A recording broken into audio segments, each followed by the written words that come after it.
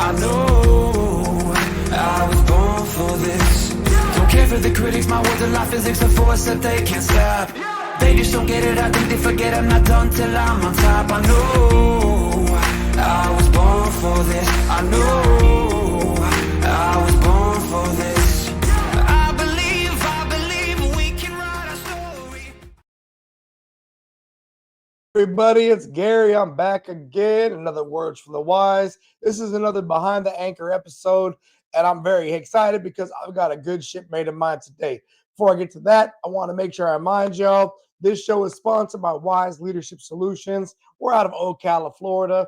If you're interested in talking leadership, we're interested in getting to know you. So if you're interested, let us know. We'll figure it out. Also, Ocala's Church of Hope, down there in Southeast Ocala off Merritt Camp Road. We're starting up pretty soon the middle school ministry. Yours truly gets to help out with that. So if you're interested and you have a young person who's between 6th grade and 8th grade, come on through. And last but not least, the Vanguard High School Navy Junior ROTC, the Knights Battalion out of the north side of Ocala. I love to be a Knight. Very proud of my guys, my gals. It's a great school year starting up here very soon, and happy to be on their team.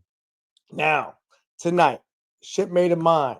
This gentleman, I've known him since I would say 2017, right? But I knew of him before that, even because we were in the same waterfront out there in San Diego. He was my ISIC Master Chief, which meant he was my immediate level up. He was the guy I went to for mentorship, and we went through a lot of really fun things in our career, in particular during our time together on Guam. So without further ado, let me bring to the stage my man, Mr. Pete Santos. Pete, what's good, man? Excuse me. Good evening. How you doing, Mr. Wise? Oh, good, man. Good evening, good brother. How you doing? I'm blessed to be here. Oh man, I thank you so much for taking the time, bro. So before you got to Japan, before I got to know you when you came to Japan, just so you know, your name was already ringing in the streets as far as the Westpac sailors go. The San Diego sailors knew you for sure. When I was ATG San Diego, as a matter of fact, everybody was like, "Oh, Pete." And then a couple of my shipmates went to work with you on board the ship you were on. They were D seamen, right? And as a matter of fact, I think do you know Danielle Wiley? Oh yeah. Yeah, So Warren Wiley. yeah, she just did an episode like 2 or 3 episodes ago. So she's coming up. She's a CW04 now, getting ready to retire. And so I'm gonna try to get Ben Andrews on here at some point and have him come on here and talk a little bit of stuff. I think that'd be a fun conversation for sure. Yeah, those are both of my sailors, so I enjoyed having them as well. They were the ones that were telling me the most about you at that time. All right, Pete, before we get too much into it, I would like to know, or what I would like the people to understand is you come from the Bay Area of California, right? And when I say Bay Area, it was Oakland, right? That's where you grew up at? Grew up in Oakland, California. That's correct. Okay, what was it like growing up as a kid? I was born in 77. You're a little bit older than me, right? So you coming up in Oakland, and I don't know, were you a kid in the late 70s, early 80s, mid 80s? How was that? Early 70s and then 80s. I spent my time in mid 80s going to First High School in 83. Okay. So I grew up all in Oakland, California. So it was rough. It was fun, but it was a learning curve, as when I look at it right now and stuff. It was tough for a lot of folks who lived there, but at the same time, we struggled through it and we made it happen. So, and we, as kids, we don't see, or young adults, we don't see the struggles as much as the parents do. Yeah. I can see it looking back now, and I was like, from my eyes, they struggle, but if I really knew and understood it, it's a big struggle for them. So struggle. I look at the Oakland area, the Bay Area, as a whole different universe, right? In its own. And whether it's Oakland or San Francisco is a whole different conversation as well, right? But I'm thinking, coming out of the 60s, I'm thinking freedom fighters, I'm thinking people that are revolutionaries, because that's where a lot of people talk about the Bay Area, right? And that's what you got. You got that from there.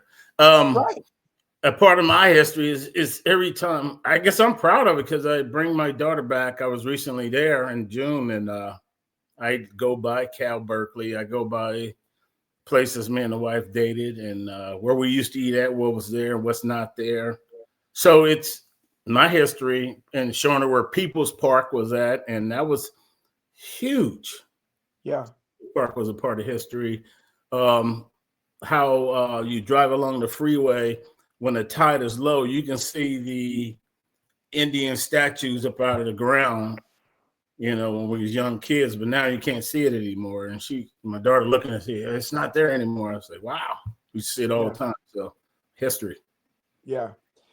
And so just so you and your wife grew up together? We grew up, we didn't know each other until we grew up together, but we didn't know each other until I'd say my 12th grade, her 11th grade there. Okay. We was working together, local. Everybody was hustling, trying to make ends meet back then. So we met at Taco Bell. So get that. So, and I think that's about to be a dope part of the story though, because very few of us have connections such as that before we join the service and are still connected to this day, right? Let's just be honest. We know how that go. And so I think that's about to be a powerful part of the story. So here you are in high school, got you a little job at Taco Bell, working your little situation out. What are you doing in high school? Are you liking high school? Are you an athlete? Are you a book dude? Nah. I'm neither. I'm trying to figure out life, I guess, so to speak, if I look in retrospect now, what I want to do. But at the time I was working Taco Bell. Then I was working another job where I was working at the YWCA for the summer. I was doing summer jobs, having double jobs. Even before that, when I was 13 and 14, I get up and sell newspapers, so yeah. Something just instilled on me to get out and work and help around the house and stuff. So that was a big part of it. And us growing up together, and that's how we met, because, opposite attracts. So, we finally got together, and after we didn't like each other because she was a shift manager and I was a shift manager. So my school was in Oakland, her school was in Berkeley. I worked in Berkeley. All my family lived in Berkeley. So, and they had moved there from Arkansas. So they didn't have that much family up there. So. And were you working this job after you graduated high school and you were going to college, or was this during high school? You said that because you said you met her, you were a senior. She was 11th grade. Did you join the military right out of high school? I joined the military before I even graduated high school. I was in the delayed entry program. So normal summers, I was gone in August in boot camp at 87. So when I graduated mid-June, July came and August came right around the corner. It came so fast. So I was. Yeah, bro. So what was it about life where you decided as a young teenager, young man, like, I'm going to do something out of the box and go join the military? Or did you already have people that you knew who did it, and so you looked at it like it was it was a reasonable option? I grew up around people, met people who was in the military in the Bay Area. So you meet a lot of people in the military and stuff. I have family members dating people from the Navy. But my mom, that was the last thing I promised her before she passed in 87. So, and I stuck to it. So I just said, hey, I said, I'll get out of here. I'll join the military and get out of here. The Navy came before the Marine came and before the Air Force came. So I'm with Navy. They got to you first. And your mom passed away the same year you joined the service. Yes. She died of cancer. So, oof, man, I can't even imagine going through all that right before you ship off to go to the Navy. But also, she probably had a fight. So, rest in peace, man. I'm glad you sound like you're doing good now. But that's gotta have been a loss, especially as you getting ready to go to the service. But were you okay? Like, was you like, all right, I told mom I'm gonna do this. She's all right. She's in a better place. I'm fitting to grow. Yeah, I guess it was something that she did. She instilled stuff when we grew up in a low-income neighborhood and we was single-family home. She was the only one in the house, and she used to worked with the school system, and she used to bring food home from there. But my brothers and sisters thought that was for us, and it was for the community. So she was like, "That ain't for you guys." You be like, "Oh, them cookies not ours, huh? Them nuggets not ours, huh?"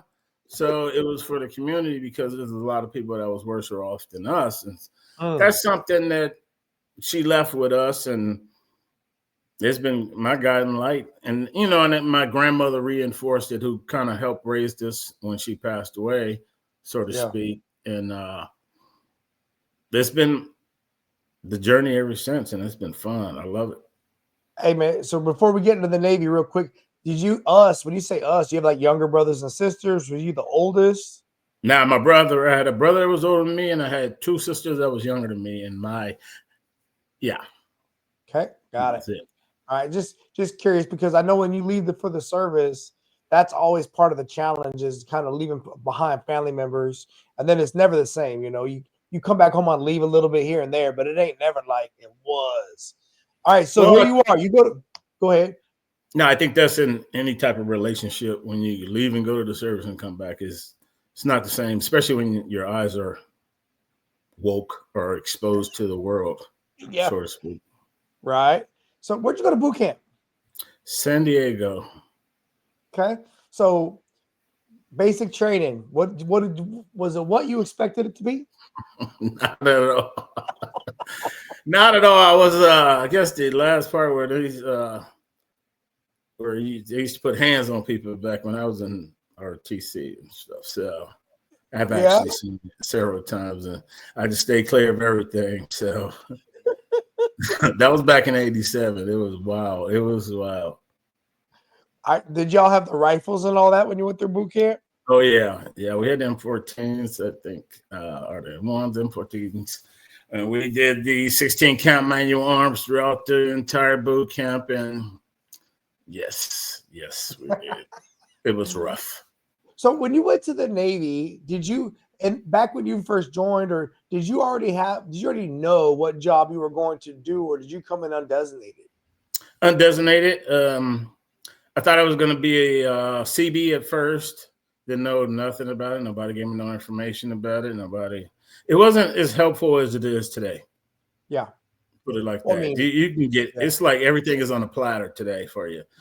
So, hey, this is where your numbers will line up. You'll be a CT, you'll work over here. And, I didn't have any of that. So you had to go out there and see what you wanted to be. I wanted to be a quartermaster. I saw a guy who was sharp. Uniform looked good every day. Shoes were shined up. It's funny, we having this conversation. Just had a dream from when I was back in the days that had most shine shoes around. So that was my big thing. I love to have shiny boots and stuff. And I got that early, and, and love to look sharp, in uniform. So coming out of basic training, and you're getting through it. The experience it's rugged, it's tough, right? It's late 80s. It's 2 months long, or is it 3 months long for boot camp for y'all? You remember? Had to be 2 months. Okay, 2 months long.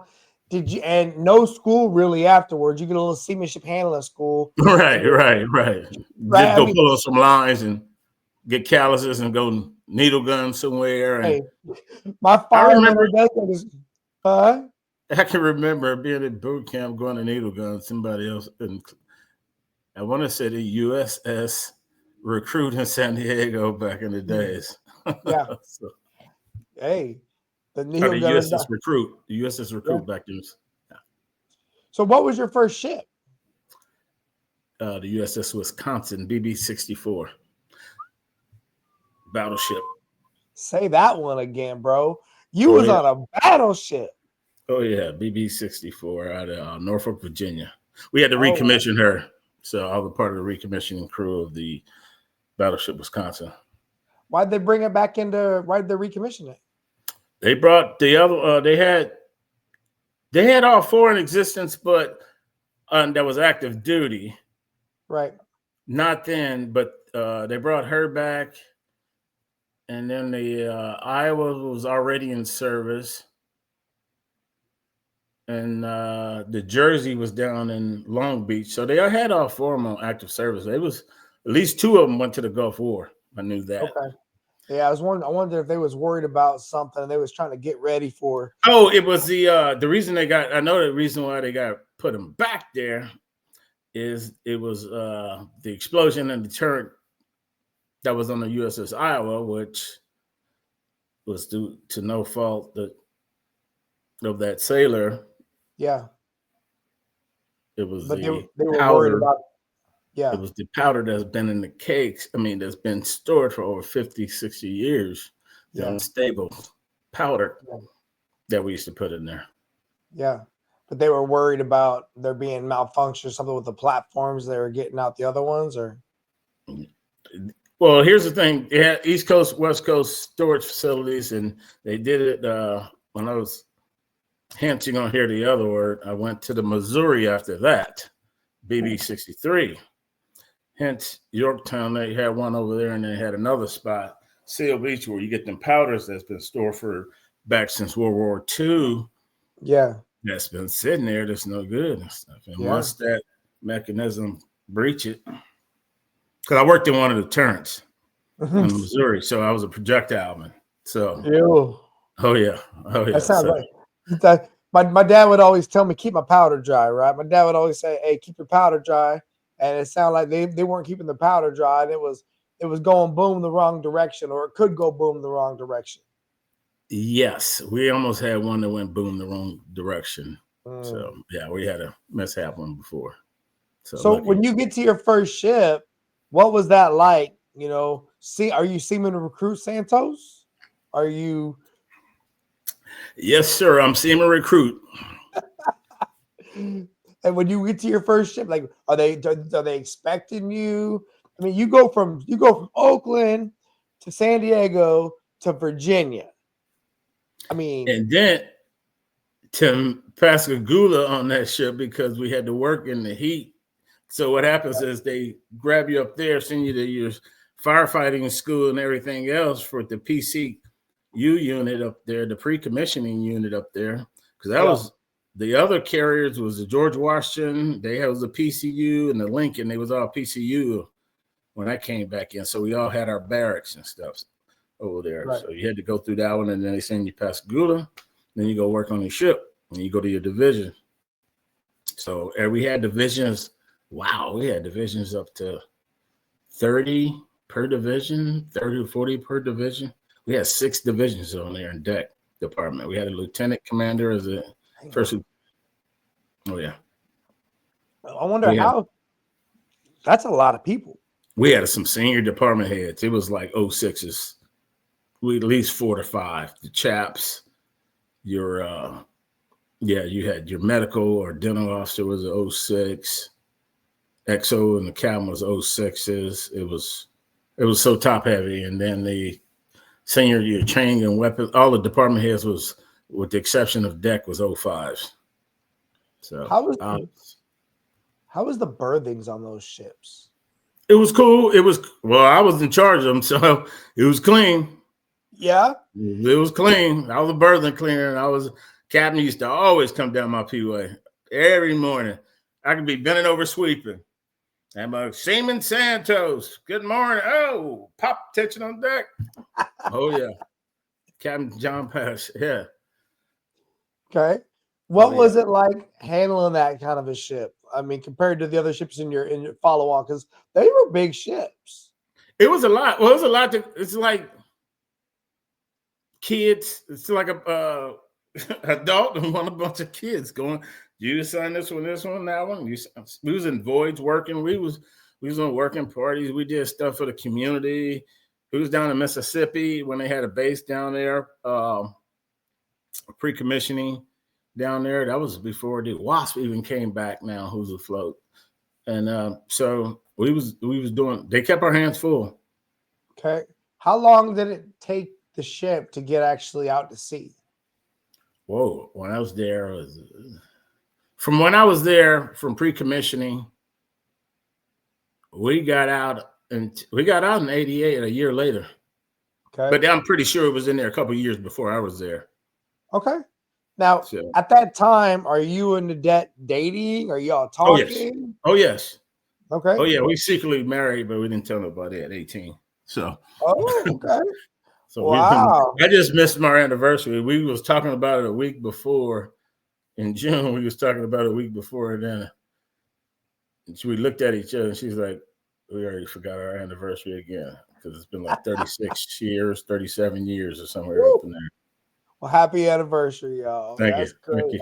That's a blessing, man. And Oh so, yeah, was she still in Cali? oh yeah. She was back there. That's when we had our first baby. My Okay. daughter Kiana, who lives So in you're San in Diego now. So Pascagoula geobaching essentially. pretty She's in much, California with your baby and just working. What's it like in Mississippi as a young sailor geobaching back in the late 80s in Mississippi, man? What's that it like? sucked. It sucked. It was racist out there because we had an Ooh, incident where.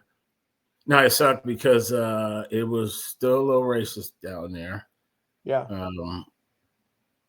Um, you didn't go to certain clubs or certain, you didn't go down these streets or something like that.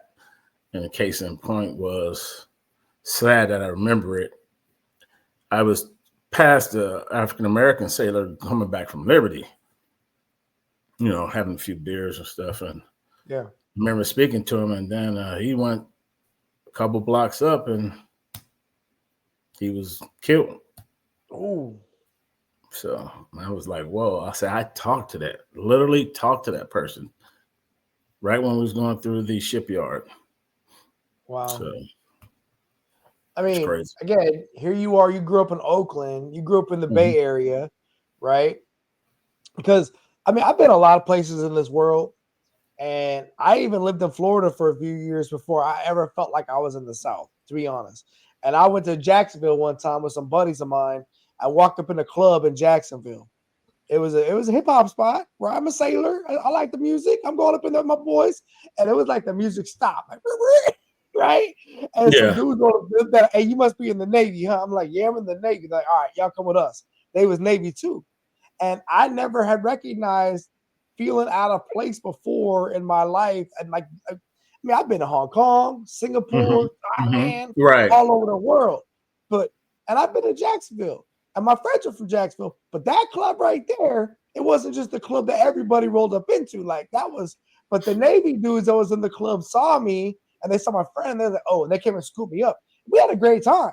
But I remember walking out the club like, huh, okay. And in Florida, it's like the farther north you go, the more south you get. Hmm. The Hmm. south you go, the more north you get, right? Like, because you got like a bunch of New Yorkers and all that down in like Miami area, Right.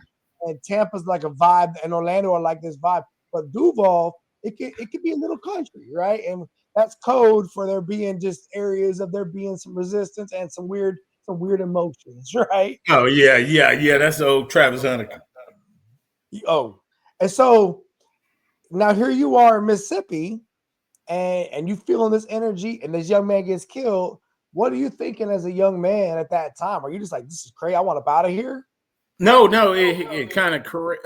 We moved up to Philadelphia shipyard from Pascagoula with the ship to get the hull painted before we went out to sea. Okay. So we actually moved up there, and in the meantime, what I did was listen to you put your ear to the ground, you learn the good stuff. Listen, we had an NCC CS who, hey, you want to put in for the SWAT program? I was like, we're trying to figure out how to get back to the West Coast, and we initiated a no-cost swap with whoever a sailor was interested on the West Coast with somebody on the East Coast. And he said, these are rare, but they happen, and mine's happen.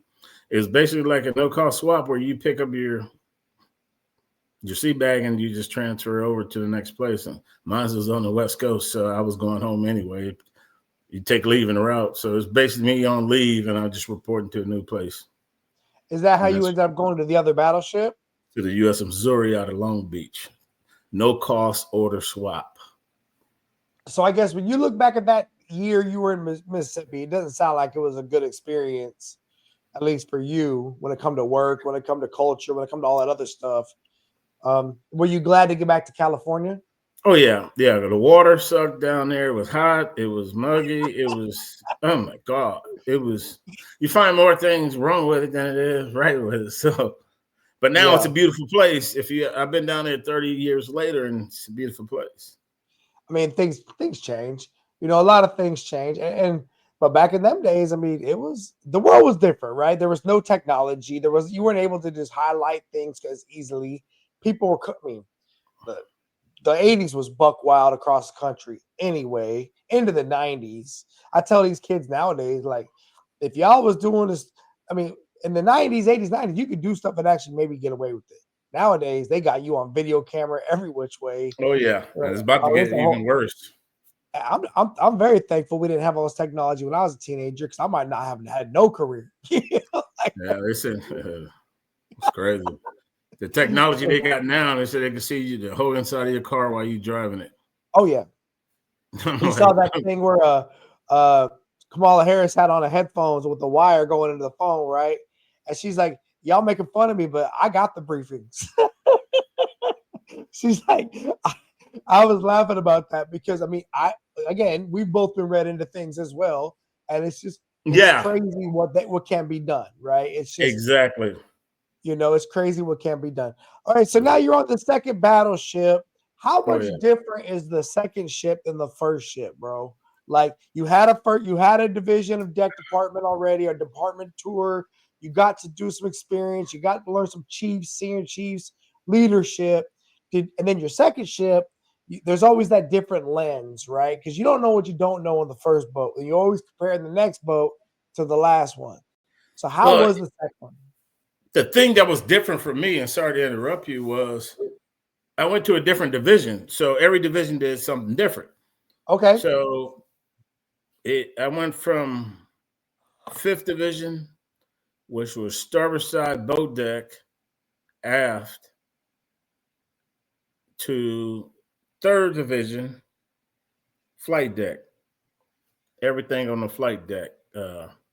After we had the refueling station at sea, everything, and so it was a whole different beast. And it was okay. How were you a bosun mate at that point yet? I was BM3 there. That's where I got qualified ESWAS. I was the first 3rd class bosun mate to do that on there. So I took it in stride. I had a good, I put it down. Nice. Why'd you end up going BM?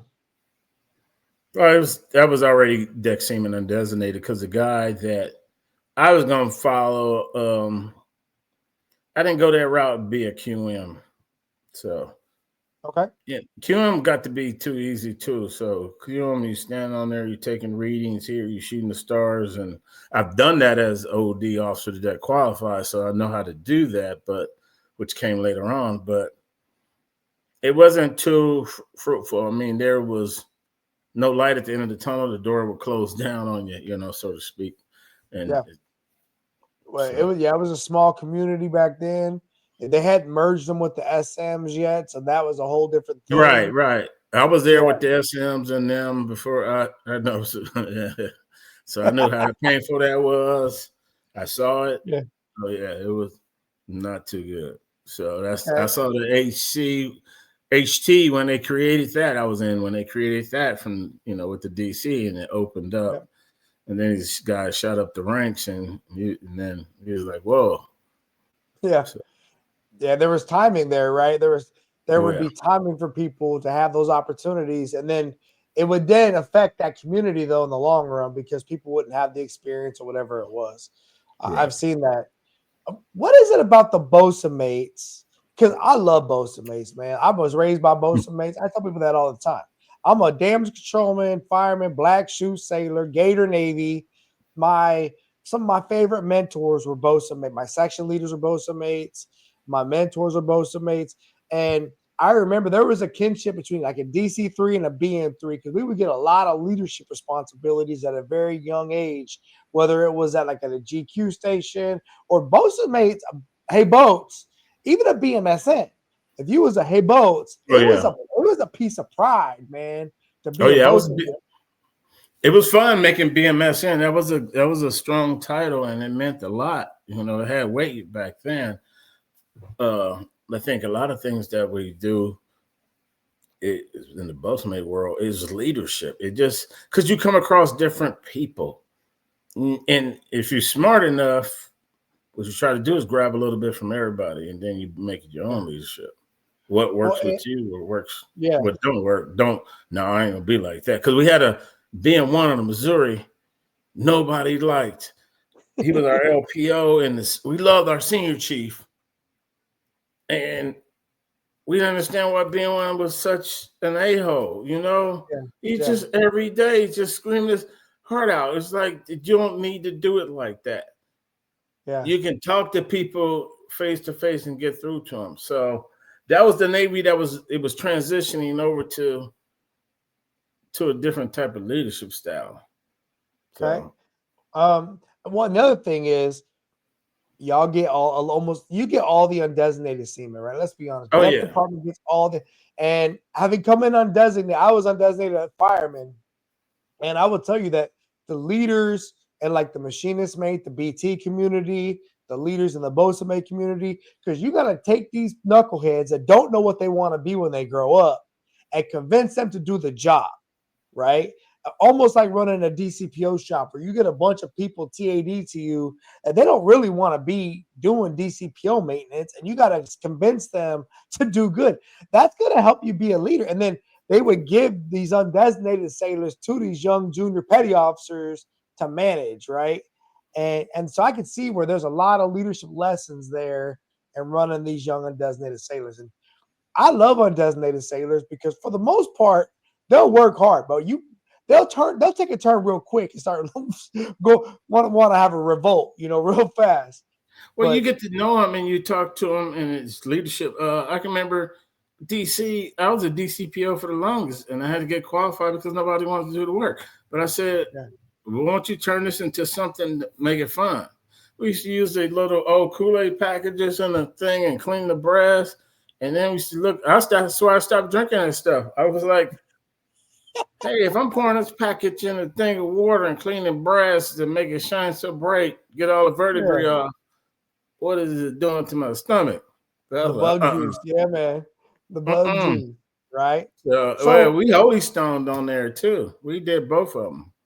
We used to use Holy Stones with the sticks and everything. They love that one. On the second battleship, did you ever deploy? No, we had 2-month deployment, but not an entire 6-month deployment. Okay. At the end, so it was not even 2 years on the first ship. It was like a year and a half, it sounds like. Yeah, it was about 2 years on there. Yeah. Right.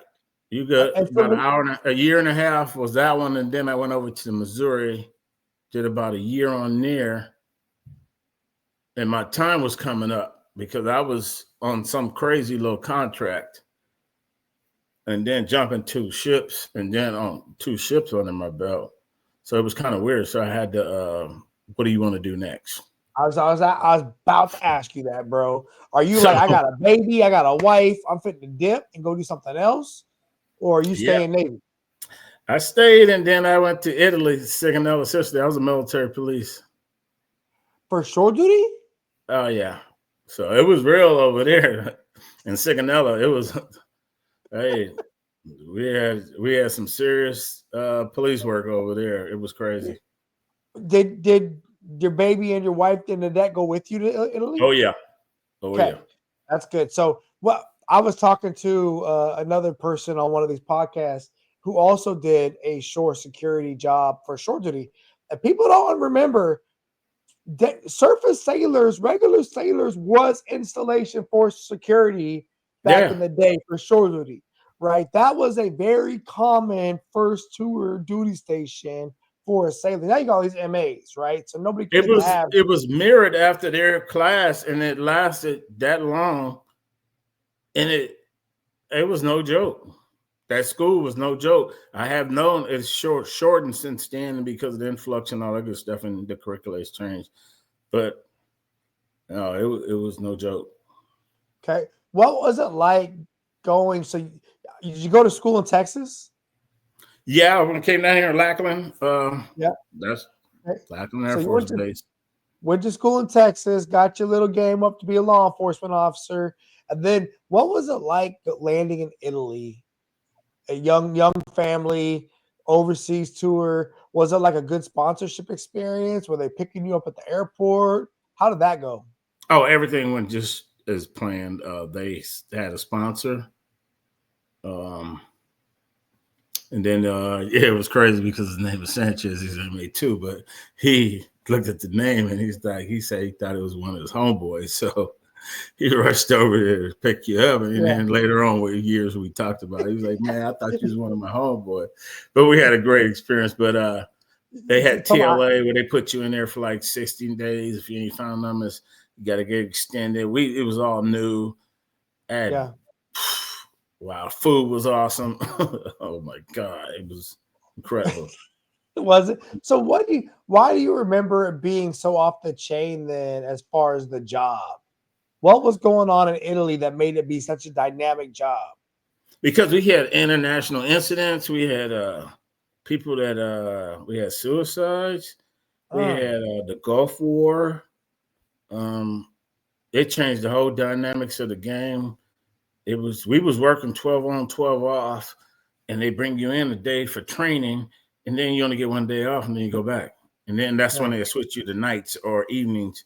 It was like it was brutal, and we was working in spots for hours out there, and and knee deep water, watching top of the line, standing watch over some of the top of the line stuff. Because if you look up in the sky at night, it was with planes and movement during the Persian Gulf War. So we had all equipment where we was one of those logistic stops. We was the hub in the Med.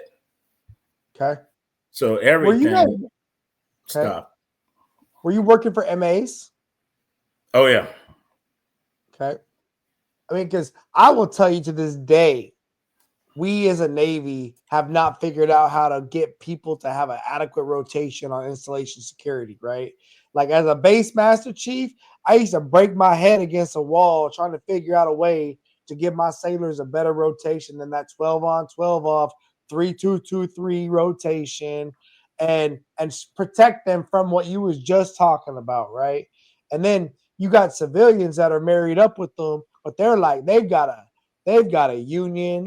They've got negotiating. Sailors don't get all that, right? They just got to eat it. Mm-hmm. And so I feel like that's definitely one area that I think that the Navy, I don't know how the other force branches do it, but I feel like the Navy, man, they got to put more manning in those dang force protection locations. Bring back the shore duty for the other rates and let them help supplement those MAs so they're not trying to do it all themselves and maybe get some better quality of life because it's exhausting, man. Yeah, because we just put a Band-Aid on it, and we push resources, but sometimes we don't think it through. When leadership change, I need this. Terrorists come, we need this. We need this. We don't think it through. Bro, I had Lisa Tisdale on here, and she been helping me out with these podcasts. And me and Lisa was talking. I say, the thing I hated the most was when you told me about I had an unfunded billing. I would just lose my mind. Yeah. Because all you're telling me was, I need more people. You have a whole study that says Gary needs 30 more people, but you're not going to give me the people. And you're going to hold me accountable if I don't do something, but I need the people. I need the people. Interesting you bring that up because I got to the heart of the matter because when I was later on my CMC tour on the Anchorage, I talked to the Pac Fleet commander. See, because he does his homework, he was smart, does his homework on you. As soon as he get it, pull you to one-on-one on the side, we was doing a pre-commissioning dinner, breakfast or something. He's like, hey, Master Chief, I know this, and you tell me about this and tell me about that. And do you have anything that I can help you with? I'll be like, sir, when are we going to wrestle this Manning thing loose from them? And it was all over one billet. They got it since fixed, but when we was over in Japan, is when we got the crux of, we got to fixing it right then. And we kind of, what broke the camel's back was the incidents out there, the ships. Well, I mean, and not that I don't want to really skip ahead, but let's talk about that while we're there, right? We've been knowing in the waterfront, whether it was San Diego, whether it was Japan, people were working body swaps to make things work to get underway, right? And We know it. We know it. I remember as a DC man, people would be doing in-serve, right? And they'd be like, hey, can we borrow your P100 firefighting pump? We got in-serve tomorrow. And I remember that I was trained. That's not the right way to do it. The right way to right. do it is you report your gear is degraded So and you you get, handle yeah. it. But people didn't want to do that. People wanted to cover it up so they didn't have to deal with the drama. And I seen all that coming up. And I remember having a conversation with somebody one time. At some point, the Chiefs mess need to stop fixing crap to get it done and start saying we can't do this because it's broke, sir. I don't know where that mentality came from, but I know it wasn't from us. I know I pushed back as a CMC on all my tours on ships in the yards. Is we had in-serve and we ran towards them to the inspectors, and we documented every single thing that was broke, and we wasn't going to. I said, we are not robbing Peter to pay Paul. Somebody's gonna have to pay for this. And I said, if what they saying from the brief from the 2-star, because you get that brief, is true, you document it and report it. And I knew OMS like the back of my hand, front to back on the ships. Because I was a 3M coordinator. So I knew how to go in there and manipulate the reports and look and grab what I want. And we did them straight up, and we were successful at it. Well, and the thing was, right, if you could self-assess and find the problem and document it, then there was no flag on the play. You was good, right? But you have leadership that, excuse me, that want to present to their boss a different picture, and everybody suffers for it. Just like I think it was you that got all the reservists that came through, and they was happy to find work because that's what they do. And I knew that from being a first class at a reserve center, that they get underemployed, and they always telling me that when they came back. And I was like, hey, that bridge that you guys worked out was remarkable, and I built relationships with them folks, and you guys did, because I was in the airport with them. It was crazy how I kept running into them sometimes, and it was like, Ashland, boom, this way. That it was just like, it was all good. I tell the boss all that. I said, man, you got an outstanding reservist going out there. You got an outstanding support system. Welcome them. I seen them coming back, and they didn't want to go because of the love they was getting. I was like, the boss, I was just giving them all that, and he was like just smiling. I was like, yeah. I said, that's what you got. And you know what's funny? I just ran across a picture of Jimmy Jensen the other day too. Awesome guy and stuff. He was. So it's funny. That was my XO at the time, Pat German, because he was a reserve officer, and the OSO came over, and the OSO basically said, if you want reservists, I can get you reservists. And Pat was like a pit bull. He sunk his teeth in that conversation, and he was like, Gary, I'm gonna get some people. You watch. And when there was so many people, y'all had, I don't know. You probably, I don't even recall the number. Well, and the thing was, I had to make sure we received them accordingly, onboarded them accordingly, incorporated them quickly into the Ashland culture, and then got them to doing things that was rating relevant, but also would give us real results. And that was what I tasked my Chiefs with. But my Chiefs mess was with it, bro. Like, let's be honest. My mess was, we were gangsters, bro. They was about that life on board that shit. They were some real Chiefs. But we're gonna get too far ahead, bro. We're getting too far ahead. So you're over there shore duty, you're doing all that physical security crap, you're seeing the inside of the Navy from a whole different perspective, right? Now you're probably BM2.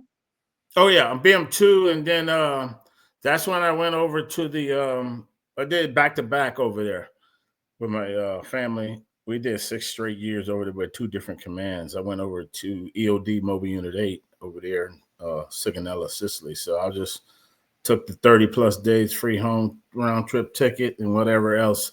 The OTEP was when you extended over there or Yep. you re-up, you was getting all type of stuff. Either was Yep. you take the money, you got this, or they was doing everything. So yeah, the I just took overseas tour extension. yeah. What and going to an EOD mobile unit? What are you doing as a BM? Are you driving boats? Are you working? What are you doing Maintenance as a department. Okay? Maintenance. I was the maintenance LPO. I was a 3M coordinator. I was the hazmat coordinator.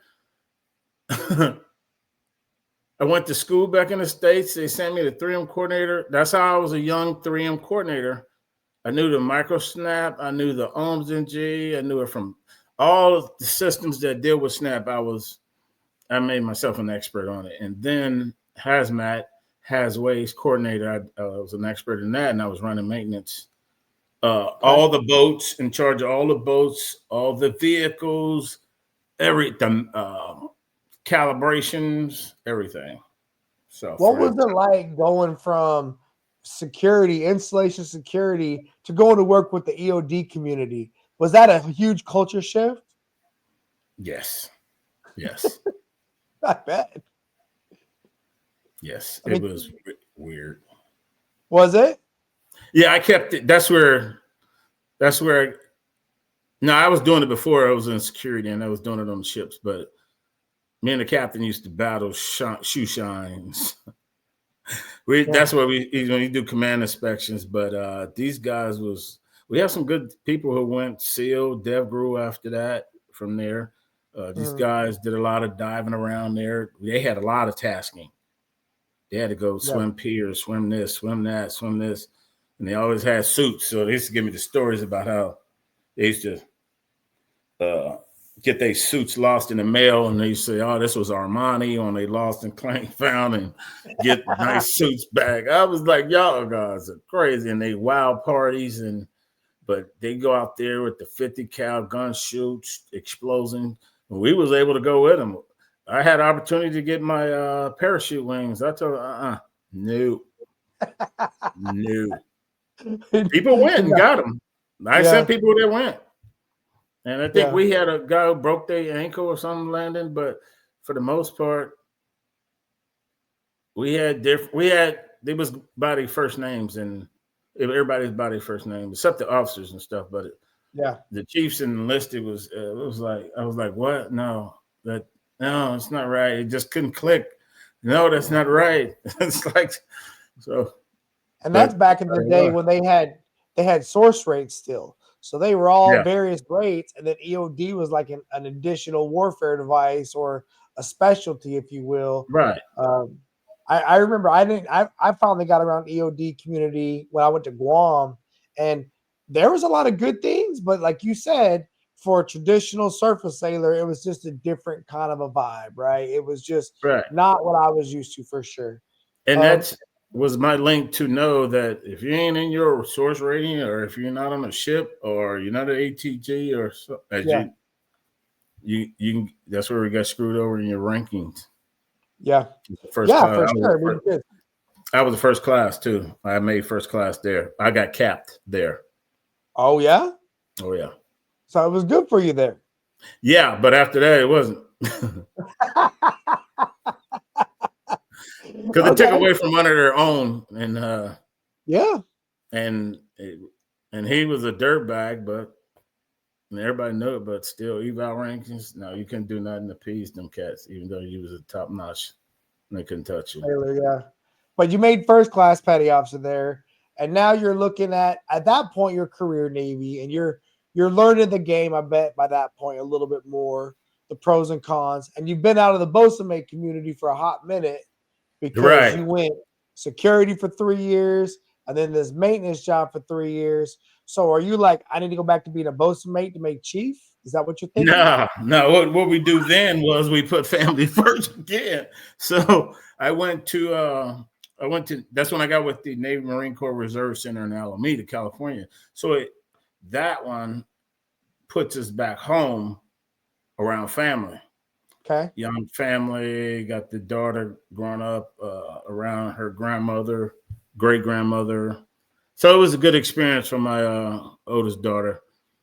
You know, went some of the schools and stuff around there in Berkeley, California and stuff. So went there, Okay. and then that was too much for me. I had to run out of there.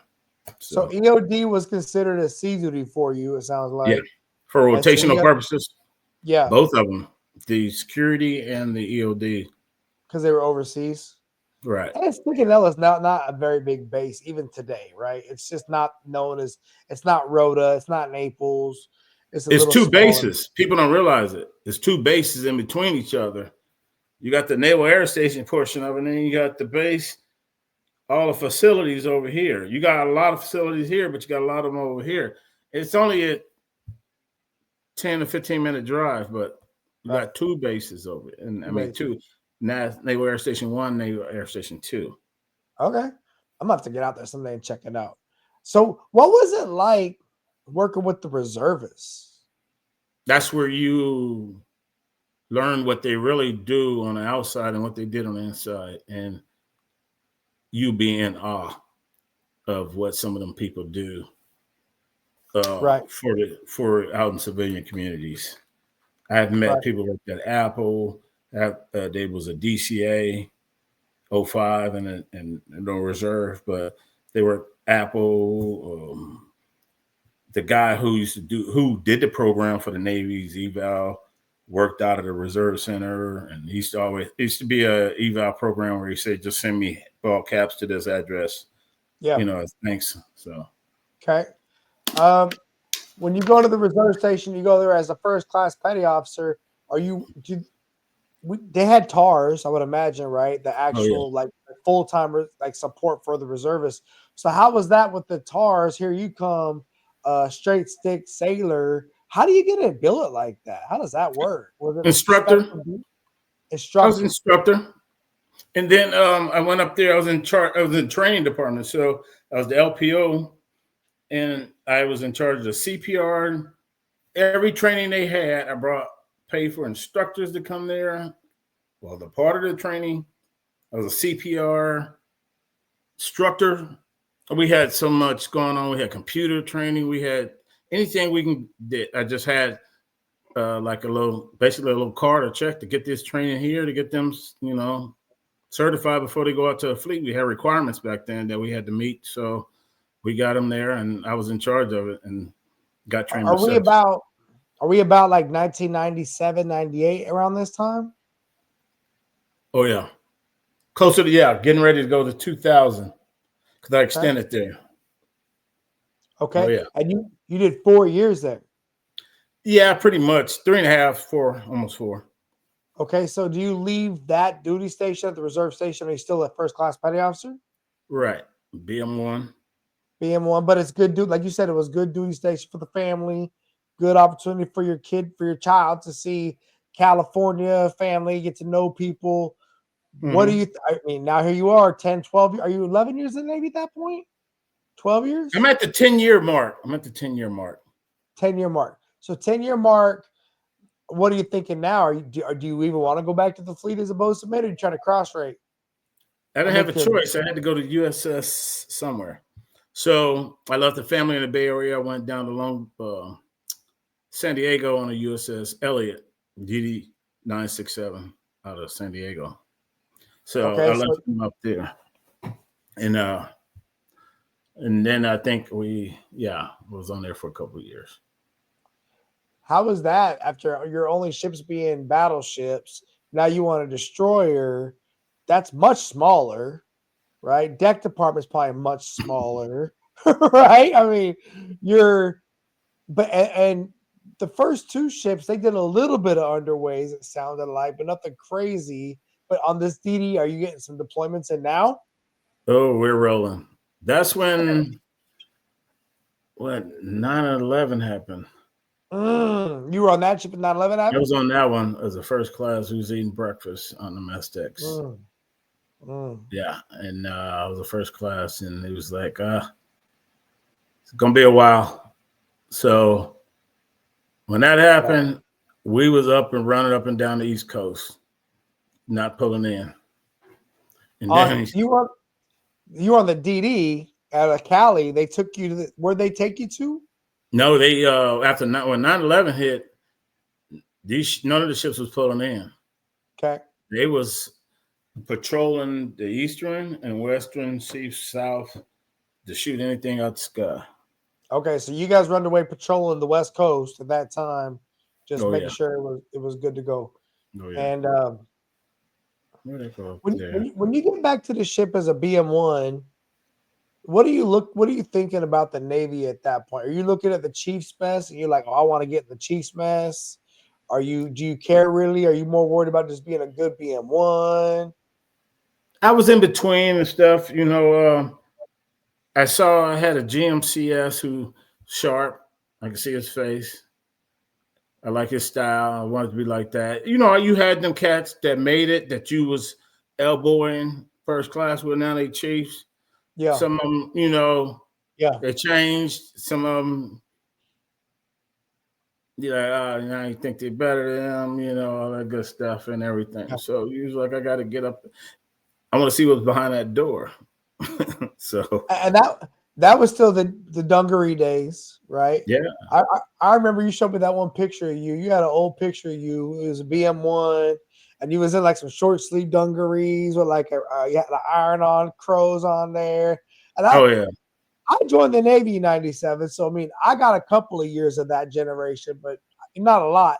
But I thought it was it was almost like seeing a picture of your granddad back when he was a kid. You're like, oh, look at him. You look at him, he's a young whippersnapper. But I can imagine you back then in dungarees, just figuring it out, running your show. Were you like first div LPO, second div LPO? Yeah, it came in there with it was we only had 5th division. I mean, only had a deck division. So we was under ops. We was like a OD. And you know, that sucked being on the ops. But it depends on who your operations was. He knew where all his bread was. But for the most part, we had Chief. All he'd like to do is get drunk and go crash out, give us an assignment. So I was new, getting my feet wet, but I had a couple of dudes and 2 BM2s, 3 of them just took me by the horn and said, hey, man, I'm new at this. Y'all need to walk me through this. Cat went through everything. Everything. So sliding cat eye, unrep stations, breaking them down, this and that. Here's what you were supposed to be doing. Here's what I'll be doing. And I went UI. I made myself go UI on all them cats. And everywhere I've been, I did that, even on amphibs. Made it a point. So then I left. Yeah, once the Elliott did that one, and we went over to the USS Coronado over there. Because I did like 2 years on the Elliott, and I went over to Coronado. And I picked up, I was there, and then I ended up making chief over there. What was the Coronado, an oiler? It was an AGF-11. It was a command flagship for 3rd Fleet. The 3rd Fleet had back in the back.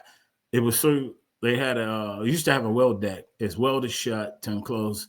Some of them, the one on the West Coast was done right. The one on the East Coast had a barge stuck in there, and they had all this high-tech gear. On the one on the West Coast, they didn't. It was a part of the ship, and it was done right where they had offices, all this. It's like the Blue Ridge. If you ever seen the Blue Ridge. Yeah, I know what you're talking about now. I've been to that ship. It's like they try to turn it to an LCC, but they can't because the Blue Ridge was the last of the LCCs. They had 2 of them. Well, no, the Mount Whitney. The Mount Whitney. It was the Coronado was, Mount Whitney's like Blue Ridge, but the Coronado was an Ogden class or an Austin class LPD that they converted over to being a command ship. So they did 2 of those. The LaSalle, which I've been a part of that one. I had to work on that barge, that's how I know. And the second one was the Coronado. It was crazy.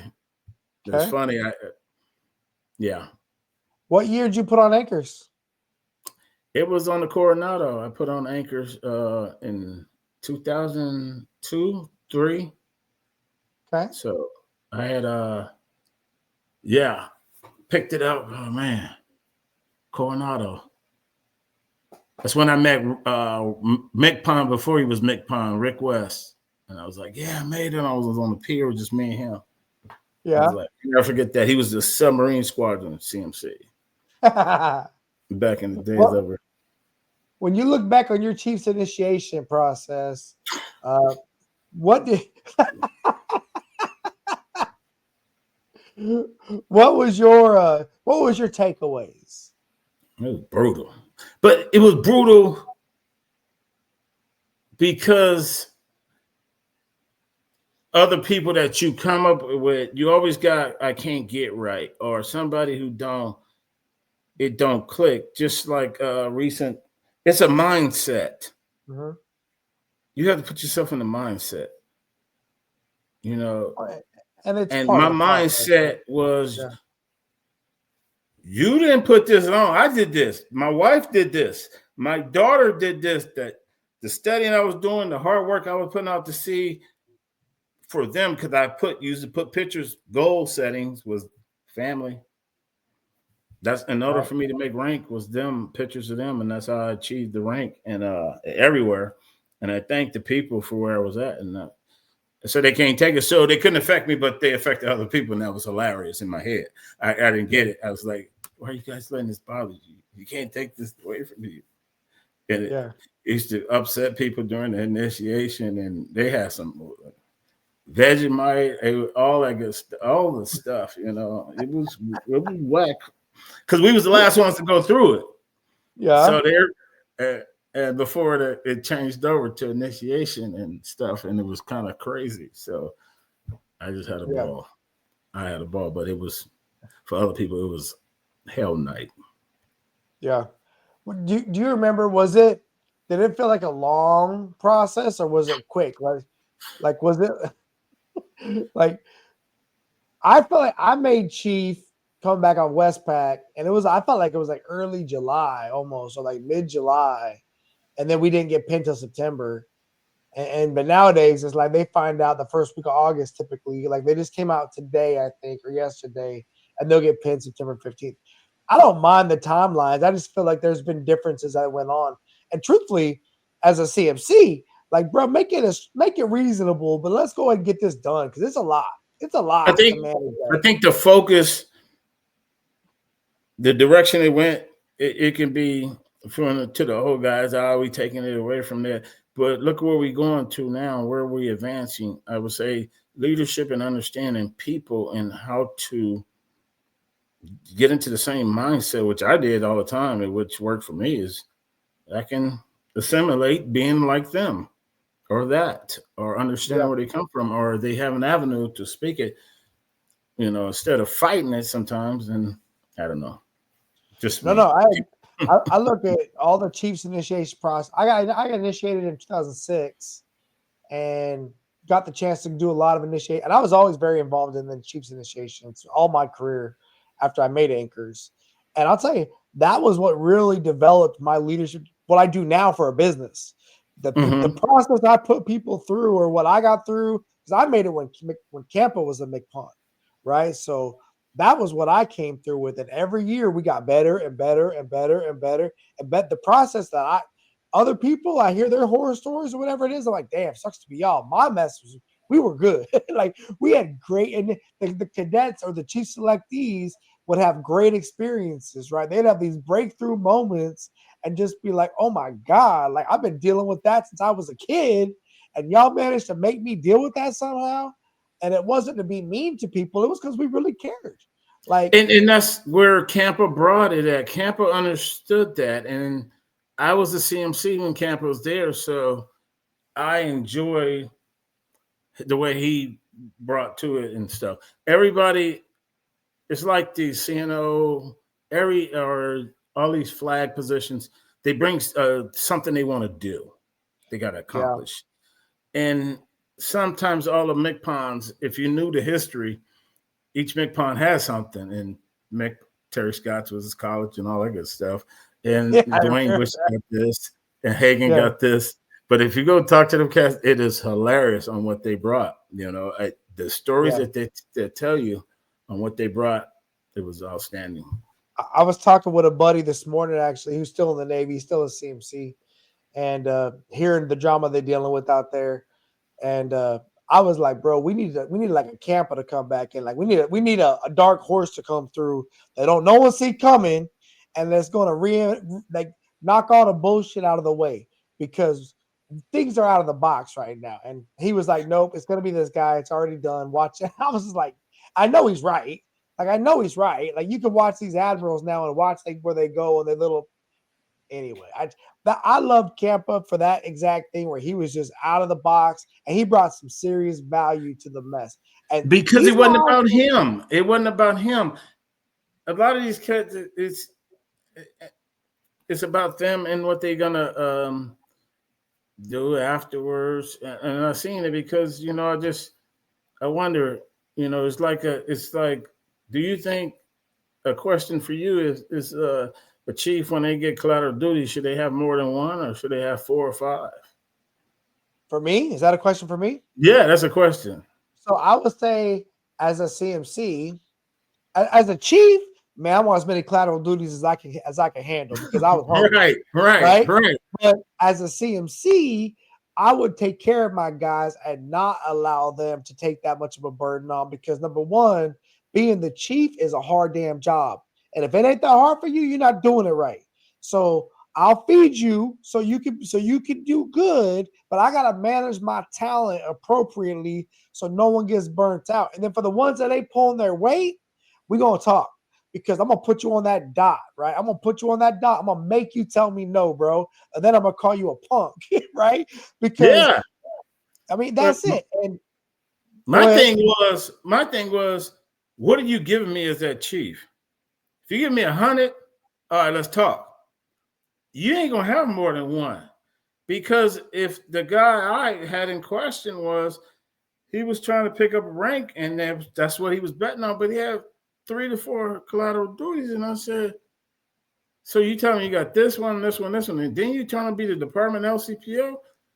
I said you spread too thin because you ain't giving me enough, and you ain't even giving me 50% in one, bro. You're not giving me. You're not giving me more. Yeah, and I can't do that. I sat the board 1 year in Millington, right? And I was in the tank. I'm like, we're not making collateral duty senior chiefs. Yeah. We're making senior chiefs. I was pissed. I was like, I said, you could, as a CMC, that's your program. But not unless I had a command senior chief, and that was remarkable. And the captain, something is, command, whatever. Because. And I'll tell you, for me too, I used to feel like for command programs, I would always have a chief typically and a first class petty officer to be his shotgun, his backup runner-mate, right? I didn't need 2 chiefs to do it together. Yeah, right. Because they would always want to be buddies with their friends. Yeah. You got that click going on. Coordinator Gary. No, I got to rank y'all against each other at some point. And I know better than to do that. Because again, I'm managing talent. And I think that, and the other thing was, this is something I saw coming up. Like when I was at ATG, for example, I did my float training group San Diego time, very competitive Chiefs mess there, right? I mean, it was all surface sailors, very competitive.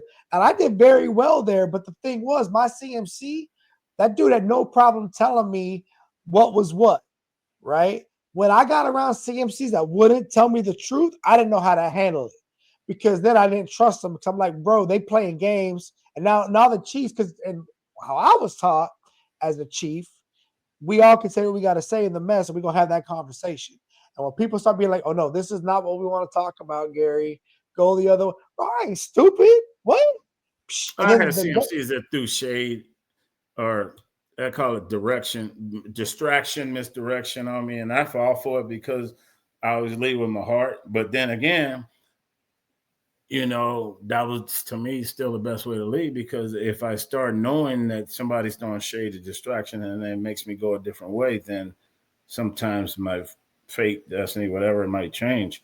So I'll just say, because somebody asked me, why you help that person when they always throwing your name into dirt and stuff around there? I was like, well, I won't cross that bridge again. They the one that burnt it. I just don't go back towards it and stuff. Something else I came to later in life, it was thank God for unanswered prayers, right?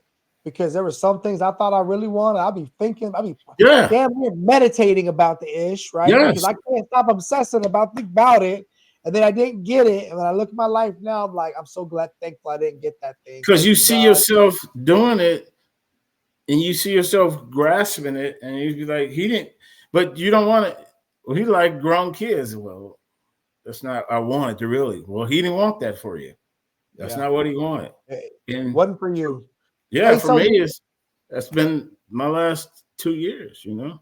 I'm looking forward to hearing about that, bro. So you make Chief, you're on the Coronado. Where do you go to next?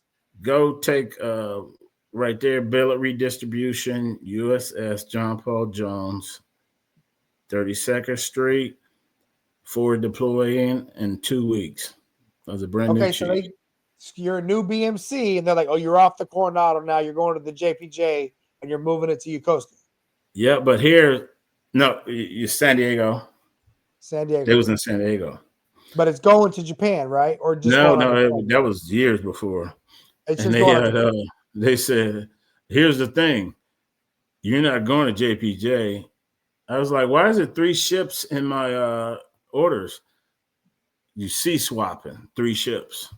Oh. So yeah, JPJ. We had to go to Dubai. Our whole ship crew lived in hotels and scattered out through Dubai for a couple weeks until they finished, pulled in, and we took over. They left, went to another ship, USS. It was 3 ships. So the COs got credits of being the COs of 3 different ships, DDGs. No, I'm serious. I got a friend of mine, Vice Admiral Kitchener. I talking to the other day. Yeah, he was the CO of 3 different destroyers. I believe it. Yeah, I believe it. That was old swole boss. Okay. So it was just different. And then we swapped over there, got there. So we ended up on the Higgins, and he was the CO. Commander Roy. How long did you do that tour, the DDG 3 swap DD? Is that a 3-year tour, 2-year tour? 3-year tour. I did 3 deployments, I think, on there. Yeah, I been smashing them on there. And that's like 02, 03, 04 time frame, or 03, 04, 05? 03, yeah, 02, 03, 04, 05. Yeah, and then I picked up senior chief on that mother. So I made chief, and the brand new chief, and I made senior chief right there. Yeah, it was succession. It was a historical succession of the JPJ. They said a lot of people advanced. If you had JPJ, it is just something with that name. It's a history, Well, they probably gave y'all a lot of credit for that C-swap thing too, man, at the board. Like that had to be a challenging period of time. And like it was. Yeah. But to make BMCS on a DDG, right, first time up? Yeah. You had to have been a player in the mess. I slipped up to the front. Everybody advanced, and I had my OD letter. Okay. So after you make senior chief petty officer, what are you thinking about doing with your career at that point? Going straight out to an amphib. So I went to the USS Pearl Harbor. Ah, okay. When did you get to the Pearl Harbor? I can't. Right over in 06, I believe. Okay. I ended up doing back-to-back deployments on that baby too. Okay, so you were there with Wiley when she was like DCFN Wiley and DC1. DC1 Wiley. Yeah. And then she came back to you again on the Anchorage as your chief? Yeah. And then made senior chief. And then made Warren. Yeah. We hooked her. Yeah, she was a baller. She was a baller. Yeah. We loved having her on we pulled strings to get her on the Anchorage. Nice. The Pearl Harbor, I remember I was on the Ogden at that time. So we were on the same piers. But I remember the Pearl Harbor had a rough couple of years right around that time. After I left, they did. Well, here's the problem. They went to the yards to try to fix all 4 mains. You don't do that to an amphib. And it was a known fact. They try to replace all 4 main engines. You don't do that. So they did it. And then they did that on the Comstock.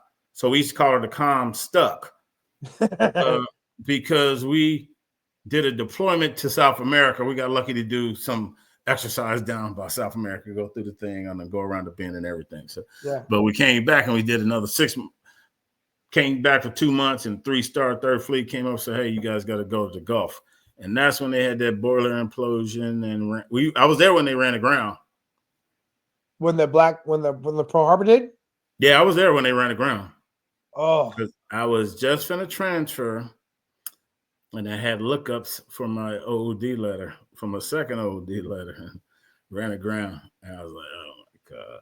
So, where'd you get your first OD letter at? Was it the Higgins? oh yeah, the Higgins. Well, that probably contributed to seeing Chief as well. That's kind of a big deal. Yeah, but what's the name? The Pearl offered it. I did everything from in the amphib ops, from line handling to the basic duties. And when you are under all those guys, the side boys on the side, the well decks and everything, Yeah, even to where the DCB at, where the degaussing and everything up in there, to ballast well deck control. Yeah. To qualify well deck control. And then I was working on my OD, and then we ran aground. I didn't get my letter, so I was going to leave, and I told my wife, "I'm finished, I'm through." She said, "Nope, go get it." So 2 weeks left, I went and got it. Nice. But they had to give me debar control too, because we only had one. So I got my debar control letter, and you have to be OD qualified to get it. So it kind of fell into succession that, hey, boom, boom, boom. This dude, man, it's like you need, hey. So I said I'm gonna wait 9 before I put in for the CMC. How was your because I'm a Gator guy. I did 3 amphibs during my career. The only ship I did do that was not an amphib was an aircraft carrier.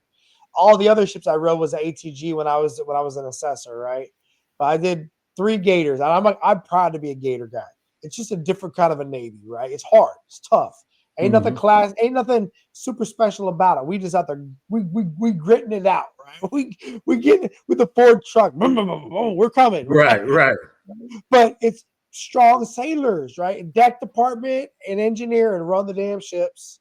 And it's a tough life. So how was that for you going there as a BMCS to an amphib for your first time? I heard you say I had to learn from all my sailors that I had to do all these positions UI, but how much different was the mess than like the Higgins, for example?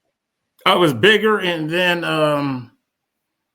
it's just different people. I went over there and I had a ball. The sailors like when you working side by side with them, you teach them, you learn from them too. So that was my leadership, where you get hands-on approach, and you're no better than them. When we go down, I inspect berthings or the heads. I clean the toilets too. I'll show them how it's done. So when you do that, you get people that want to work with you, and we have fun together. So if we got amphib ops off the coast of Jordan or somewhere else, and they got a Kentucky Fried Chicken, or they got a McDonald's, or if they got a Burger King, whatever they got, I'll give them some money. The crew, my boys don't even know it. I got a whole crew of them, and I got them stuff just coming back, and they just like, that's just going crazy over there. So that's awesome. It's just fun, and how the ball doing it and stuff. So the one thing about the amphibs as well, there's a lot of real estate. Yeah. Right. Like those sides, those are some big sides. Oh, yeah. Right. You want to go out there, and it's a lot of real estate. I think a lot of people don't understand how much work the crew has got to do to maintain a ship of that size, because our crew size ain't that big, right? But then, I went to the Cleveland after that because I picked up. Well, how did it work? Yeah, I went to the Cleveland after doing a couple of deployments. I was like, wow. So I went to the Cleveland because I'm trying to pick up 9. Stay out the state. I've looked at Jim Honey, McPons, eval. I looked at a couple other BMCMs. And I was a BMCS. I was looking at what they need to do, but take it to another level. So I just went to the LPD Cleveland, 7 out of San Diego, and just did my thing over there. And then I picked up 9 first time up. So I was like, okay, let's do this. Yeah. There's somebody looking out for me. So I guess the deployments work. Yeah. Because I was a P on the Pearl Harbor. And that's when I was telling you about some distraction. I got screwed out at number one, and you know, we neither here nor there. It still works for me. Yeah. And I knew what happened, but I couldn't say nothing. You had no proof of it. Do you know what my thing is? I did a thing last night with one of my former CEOs. We did one of these conversations, right? And he asked me, he said, Gary, do you love to win or do you hate to lose? And I said, honestly, I don't really mind if I win or not. And I don't really mind if I lose or not. I'm not really that guy. What I care is the game fair? If the game is fair, I'm good. I'll play the game, and if I win, I win. If I lose, I lose. I'm Gucci. Now, but if it ain't fair, I'm fitting to go wild. I'm gonna go wild. I'm gonna call it out. I'm gonna air it out because I hate when it's not fair. I like it to be fair and square. And I remember when I was on board George Washington. Hey, hold on before you say that, because I'll be losing my train of thought. Here's another one. A guy who said, he said the difference between finite and infinite. And he was saying was you got guys who win and stuff, and that's what they do. Right. And then you got the guys who on the other spectrum that learns how to win. Which one you rather be? I'd rather be the one that learns how to win. He said sometimes you're gonna need those winners, but you don't need them all the time. But why won't you learn how to win? Everybody learn how to win so they can all win. You know. And I feel like the guys that learn how to win, they better at handling when it goes against them. They better at handling the adversity, right? Because them guys that are just used to winning, when they get rocked, it jacks them up for a minute. Right. They're not used to that. Right. And I wake up thinking I'm gonna win. Like, don't get me wrong, I'm optimistic as heck. I think I'm gonna win, but I don't mind because I learn. Right, I'm gonna learn something about this. But I hate when it's unfair. And part of when I went CMC, like you, I wanted to become a Master Chief of my rate first before I went command. I just felt like that was, and I was looking at the command CMC program. I'm not gonna lie, but my heart wasn't into it. I was just looking at it because it's what everyone was getting pushed to do, right? And I remember I got dealt an unfair hand. So on board George Washington, I'm a DC senior chief at the time, and that was my shit, man. Everyone called me G-Dub because my initials is GW, and the George Washington, it was my ship. Everyone, I was Gary's ship, G-Dub. I got told by the Master Chiefs, Gary, you number one senior chief. You're not supposed to tell me. People telling me, right? Who was the CMC? Jeff Clark? After Jeff, I met Jeff when they had the fire. Matter of fact, I just talked to Jeff. I'm going to have Jeff on here too, right? That was my mentor when I was coming through.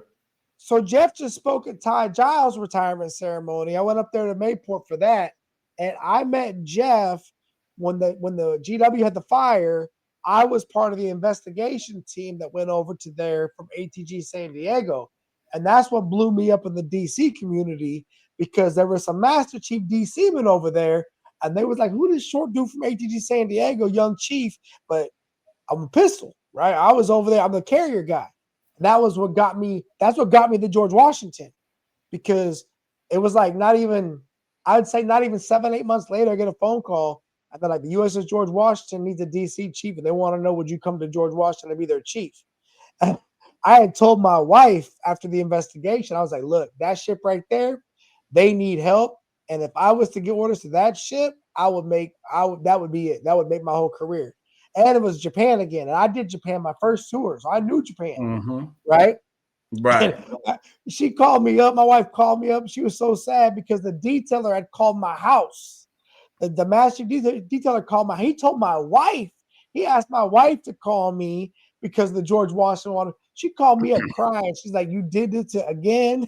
She's like, because my wife know whenever I say something out loud, like the universe might be making this move, right? Yeah.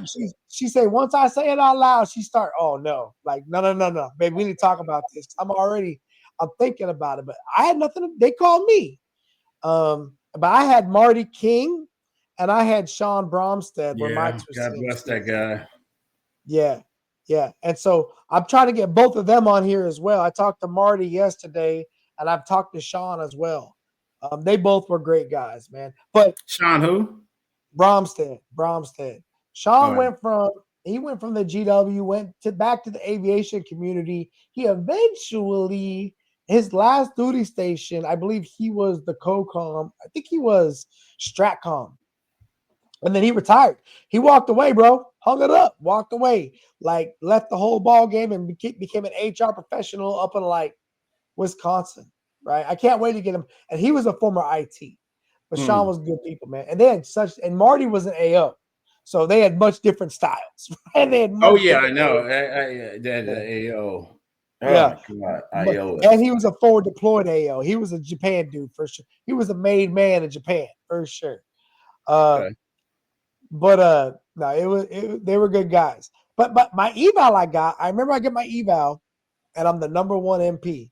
And my chief engineer is just like, he don't know what to tell me, right? And he's like, senior chief, I don't tell you. And I was like, sir, it's fine. I really don't care. It is what Right. it is. I don't do this for the trophies, whatever. But I'm walking out of that. But my captain was mad at me because I had pulled my command senior chief package. I had to put a package together. I had got a very good eval from him as going for the command senior chief program. I was an MP. I wasn't even a ranked MP, but I was a strong write-up for the command senior chief program, right? And I pulled my package out because we had the earthquake in Japan. Yeah. It had a lot of underway time in serve, and my wife and I decided that it just wasn't a good time for me to try to go to the CMC program. I was pegged, right? So was it you and the Reagan over there at the same time? The Reagan, so GW was in port in a yard period, bro. We were mid-cyclist availability. The Reagan was deployed covering up the theater, Right. right? So we're the ones that after the earthquake happens on Friday, they come back and tell us on Wednesday we're getting underway on Sunday. So we got underway on Sunday with one reactor, one engine, one screw. And I That's what I evacuated mean. I mean, hey, me and the Ty decisions. Giles, bruh. So it was snowing ash, right? It was snowing ash outside, and it's radiated ash. And everyone's just like, what the hell? It's like fire. It's like the fires in San Diego, right? You got the ash coming down, right? And we were doing a GQ on Monday morning for ATG, and I hear an alarm going off that I never heard go off before. And I see this big nuke mechanic go running by me. I'm like, hey, Nate, what's that, bro? It's like, Gary, it's all bad, bro. It ain't good. It ain't good. It's a radiation alarm going off, right? Chemical, biological, radiological. It's the nukes radiation alarms because it's supposed to measure their radiation leaking. So now the problem is we can't tell if we're losing radiation or not because their radiation is landing all over the ship, coming through the ventilation. So I call my wife because you got to remember, bro, those earthquakes on Friday were hella big, like big earthquakes. They had that whole tsunami up North Japan, Fukushima, all that. And then we had like 70 aftershocks over the weekend that was like 6s and 7s, bro. They was earthquakes. They weren't no aftershock. They got And a so friend of my mine wife, who my was, wife was ready to go. She was like, send me back home. And I told her, I'm like, look, we just got back from deployment. Hold on, we'll let you know. They called it. So Monday, the alarms go off. Tuesday, they have us all go to a meeting and they say, how long y'all need to get underway? We tell them we need 18 days to get the ship to go to sea, right? I call my wife. I'm like, look, babe, we got 18 days to figure this out. We'll go from there. But they're telling the people, don't go outside. The kids don't need to go outside. Don't wear your shoes in the house because it's snow and radiation, right? It's just falling. And we got people there sweeping it, right? Because we don't know yet how bad what it is, right? sweeping. Yeah, because it's ash. People are just sweeping. We didn't know at that time what was going to happen. That was even before the alarms went off, right? So then we come back in on Wednesday morning. We all meet up in the wardroom 3 on the carrier, and they come down and they basically say, we're getting the ship underway on Sunday morning. Get everything done you got to get done. We don't have any more information yet. We don't know if we're evacuating families or not. Boom. And I come out, I call my wife, like, get a ticket. You and Hayden are leaving. Get a ticket. I'll drive you to the airport. So she gets a flight out on Friday. And I go to the DCA. I'm like, sir, All I need is to drive my wife and my son to the airport on Friday morning. And after that, I'm locked in. I'm not going nowhere. I got it. And he says, Senior Chief, definitely. And can you do me a favor? Can you drive my family to the airport on Sunday as well? I said, yes, sir. No problem, right? So Ty Giles, who's just retired as a CMC, Yeah. he's got the lead car. I'm behind Ty. And me and Ty are boys. Ty is we're birthday brothers. Like we're very tight. And Ty's driving his wife and their son. I'm driving behind him. It's 2 hours up, 2 hours back. So we get to the airport. Me and Ty walk our families into this airport, which is like the Tower of Babel in there, bro. It's like everyone's evacuating Tokyo because this radiation is falling. No one know what to do. We hugged our wives. We kissed our sons goodbye. My son was like 2.5. Ty's oldest son was like 3. And we walked out, bro. Tears dropping off our face, like damn. And we left them alone there. And they handled their business. They got with other spouses. They circled up the little strollers. They threw their kids in there. They all took care of themselves, so they got out. So then I drive back through all the traffic, to Yoko. As I get back to Yoko, I pick up my DCA's wife and his son. I drive them all the way to the airport, another 2 hours, drop them off. As I'm driving back, my sailor calls me. Senior, my sister's here. She's got a flight, but she can't get up on the train. So I come through, scoop my sailor's sister, who I never met this young lady before. Got her, I Uber her all the way to the airport, drop her off, get back to the base, grab my sea bags, go to the ship. I'm getting on the ship at midnight, bro. And Marty, my CMC, is on the quarterdeck. And he's like, goddamn, Skittle, where you been? It's like, bro, yeah. And we got underway on Sunday, man. We got underway on Sunday. And then they started evacuating families right after we got underway. But it was a voluntary evacuation. You know how that goes. It's voluntary. Yeah. But, when you say that, everyone's freaking out because they don't know, like, what do I do, right? Yeah. That was a good one, man. That was a good one for sure. But I pulled, after that whole thing, my wife and I wasn't sure, like, was she going to come back to Japan or not? Because that was kind of scary, right? And I had told my wife, well, hey, we only gone for 3 months at a time in Japan. Lie. We did 6 months straight that first time. And then we had the earthquake. And then we come back from the earthquake and we get underway like a month later for a full patrol. Right. So we were gone a lot that year. But luckily she came back and she fell in love with Japan, and that made it better in the long run. But because I pulled my command senior chief package back, that eval, I kind of got some hate. But then I still made Master Chief off that eval, which worked out, in the long run. Oh, shit. Hey, so when you were on the ship, you make on the Cleveland, you make Master Chief. Where do you go to after the Cleveland, bro? My first tour was a 06 billet CMC on the Cape St. George. So you went straight from the Cleveland to CSG to Cape St. George. Oh, yeah, because it was I relieved Gary Mendes, but he had already left, so it was gapped. So in those days, and real quick, Pete, could you just go to an 06 tour as your first CMC tour? No, it was all it was still 05s. I don't know how I got. That's what I mean. As far as you get the luck of the draw or whatever, and I didn't see myself getting it. And I heard rumor I was going to the destroyer, and then next thing you know, somebody said, hey, "Man, the CO requesting Cape. They want you over there. You need a strong guy over there, and they looking at you. Use a boatmate. Get on over there." I was like, "Okay." Okay. So. How long were you on Cape St. George for? 2-3 years. I did two deployments, 3 deployments on 2 deployments. Oh, yeah. Okay. And then, is that where Ben was with you? Was he on Cape St. George with you? Yeah.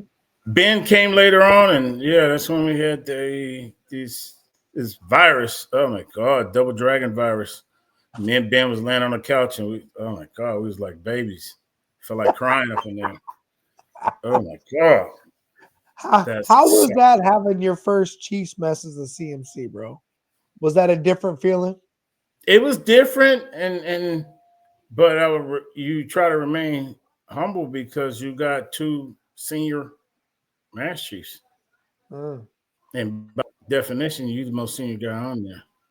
Yeah. So you had a So, top snipe and you had like a FCACM, you had an FCACM. yep. I had a maintenance master chief, and they both provide me with great counsel. Good. And I never went up to the CO without talking to them. And because he was not engineer, he was engineering, but he wasn't. He became a 3MC, but he was the EMCM, and he was awesome. Nice. Him and What was his name? Crawley. Okay, Crawley, got it. EMCM Crawley. He was awesome. Okay. And then I had Steinkühler as my FCCM, and they was older, and they showed me different ways of seeing things from different perspectives, and that's what I took to the captain. And it was great. How was having a CO that had the experience of being now in 06? How was that? Oh, it was great. That guy went on to make 2-star. Both of them made admiral. Both of those guys made 2-star admirals out of there. So they was it was very successful. I had a great relationship with them, with the XO. Yeah, both of them. It was just awesome. I had long-lasting relationships with the first, even both COs, and then my XOs. I keep in touch with it. So when you get done with your first CMC tour, how many years do you have in the Navy at this point? I don't even know. What was it? I was young then, so I'll say 3. I was like 26, 27. 27 years, 26, 27 years. Was it 26, 27 years already? Yeah, because I didn't come to Japan because I did 2 more CMC tours prior to that. Okay, so what did you do after the Cape St. George? I commissioned the Anchorage, and that's when we recovered the Orion. So we was doing big things on there. We were like the all-star team on the waterfront. We was like the dream team. And that was built from the ground up. We had a ball. Me and the captain. We still talk to this day. I spoke to him last week. Nice. And from there, I went to the he transferred out, but he had cancer. So he had to leave, treated. So he was the CEO. He was the executive producer of The Last Ship, the TNT thing. He was assigned to surf for, and he was the executive or special surface select envoy to those guys in Hollywood. Yeah. So he was getting his treatments going to Hollywood every time. So he was chilling. So then they gave him the Essex. He was the XO, and they had to fleet up. So he was in remission. So then he came a calling. I was on the Anchorage. I said, yep. So I came over there. Oh, that's cool. Essex with him, and we rode that one on deployment. So then when we had a great time. Did you? Yeah, learning to work with Marines is different. And it's the same brotherhood, but it's just, them dudes is a truck, man. They don't care about nobody's stuff. But I feel like they're dialed in, man. The Marines, whenever I asked them to do something, they were like, yes, Command Master Chief, we got it. And they would freaking go. I did. I had the same thing, but I had them on the amphib and the Anchorage, and then on the Essex deploying with them cats. There's a whole nother story when you got your HT complainers. They must keep breaking stuff in there all the time. Yeah. The crappers and putting the stuff down there. You got to hear that every day. And oh my God, it was painful and stuff. So, no, I get it. I got a special place in my heart. We had to clear out everything. I mean, throw away everything.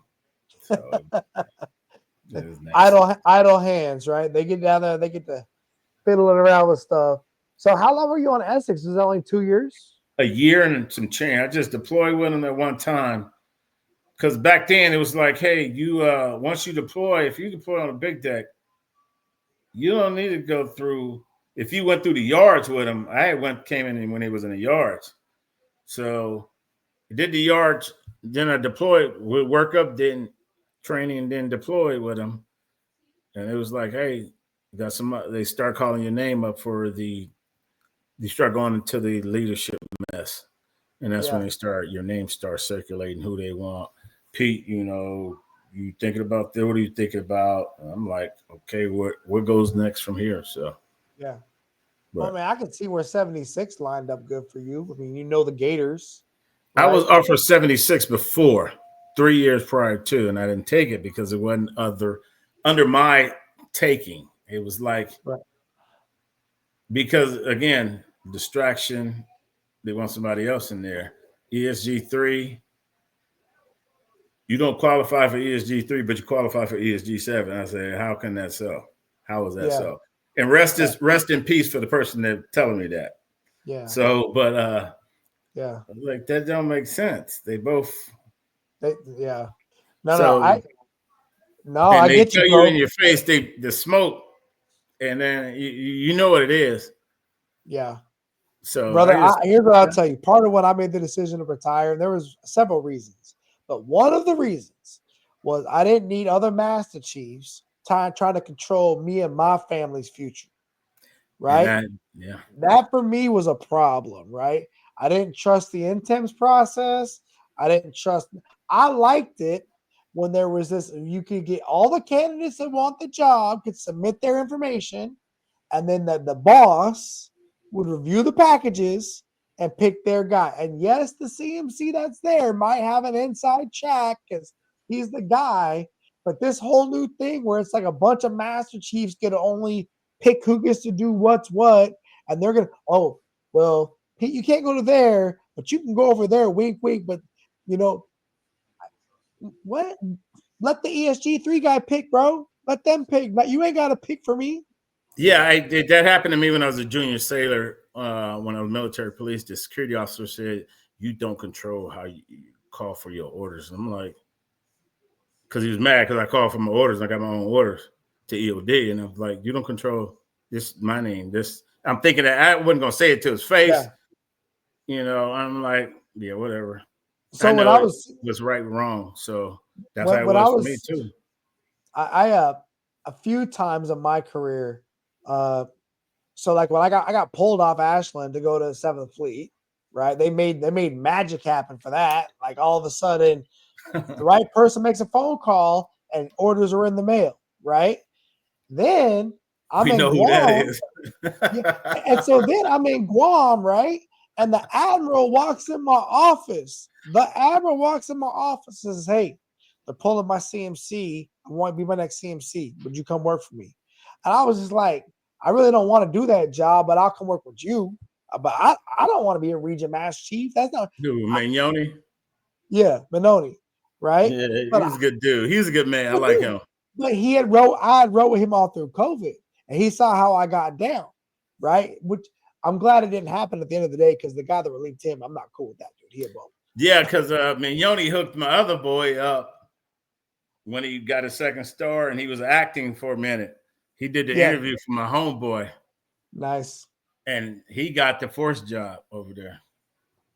So you I'm tracking. You're on the Essex. So you've just done Cape St. George, Anchorage, now Essex. Right. And what are you looking at now as far as duty stations? Are you looking at, are they, what's going on with that? Right. I interviewed with John Now, Vice Admiral Now, who was retired Chief of Naval Personnel for the job at ESG 7 because all my COs was all U.S. Naval Academy graduates. Yeah. So I think they was on the same class or because they ended up all making admirals. But they was like, hey, you need to pick this guy. And he's like, hey, Master Chief, I had an interview with him at ESG headquarters. That's when I selected ESG 7, not the 3 years prior to. It was on my own bidding. The wife was okay. And then he was like, hey, if you're interviewing, all my guys love you. So it was, I think, before you got there, right? No, I was there. I had been there about 6 months before you got there. Because then they pulled the guy out before you. He got moved to go up north to Yokosuka. Yeah, Toby. Yeah, Toby, because that's what he did back in there. So he was just following that routine there. And that worked out for him. I guess. Here's the thing, right?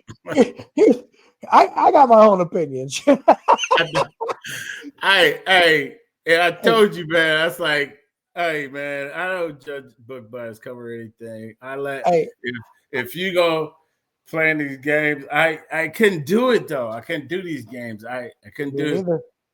Me neither, It's bro. people. I need to be on the ground and walking with people. Well, my See, thing was when I got Master Chiefs, you start thinking they're like flag officers, bro. That was a problem for me. So, like, when I was working up there with Toby, I would like send an email out because like he'd be on travel. And so you got the boss say, "Hey, Master Chief, I need you to get this information." So I go back. What I'm supposed to do? Send Toby an email when he on travel so we can send an email to the other. No, I'm a Master Chief. They Master Chiefs. But then what they don't know is I'm on his inbox. Like I'm getting all the emails on yeah. his inbox, and I'm reading the emails he's getting from these other Master Chiefs. Hey, what does Gary think he's doing emailing us? Like we work for him, bro. Blah blah blah. And I'm just like, dog. I'm like, y'all are shifty, bro. Like, what are we doing?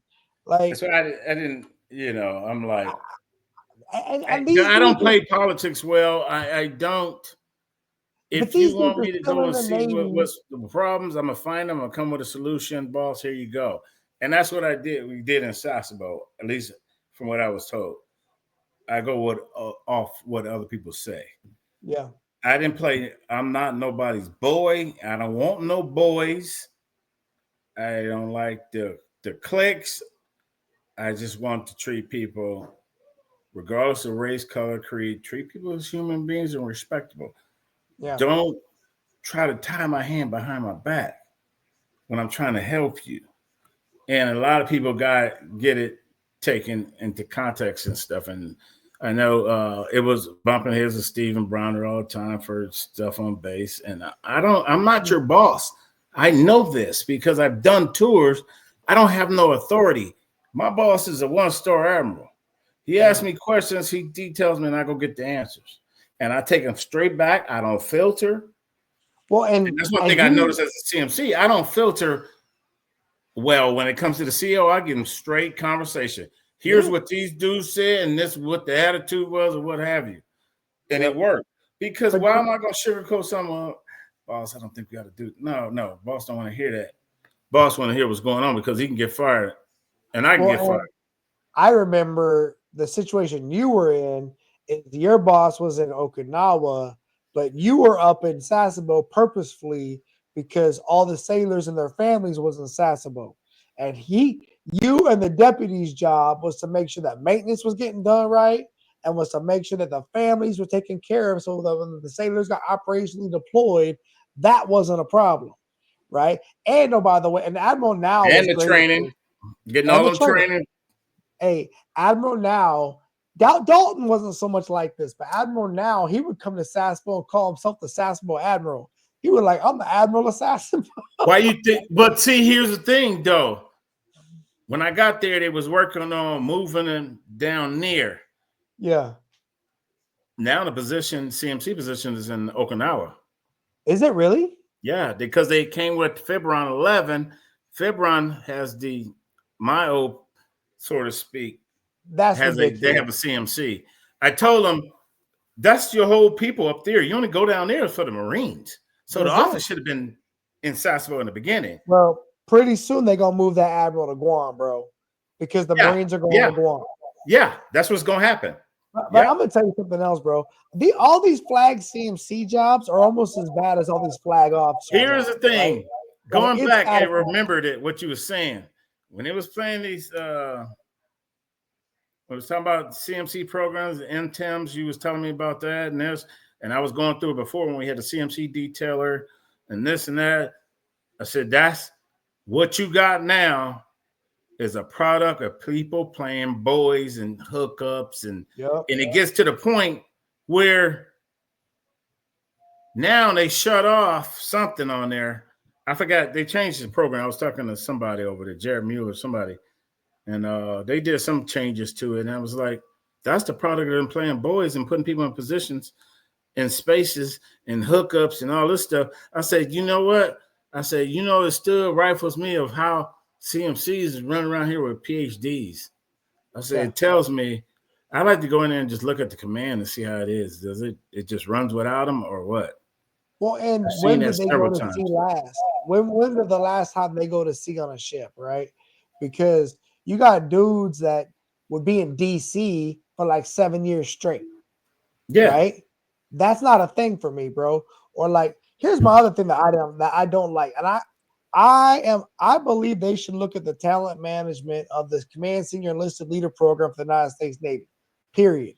Because first of all, we can't even do damn promotion boards by ourselves anymore because we leak all the damn shit, right? right, You don't think that's not happening in Temps, right?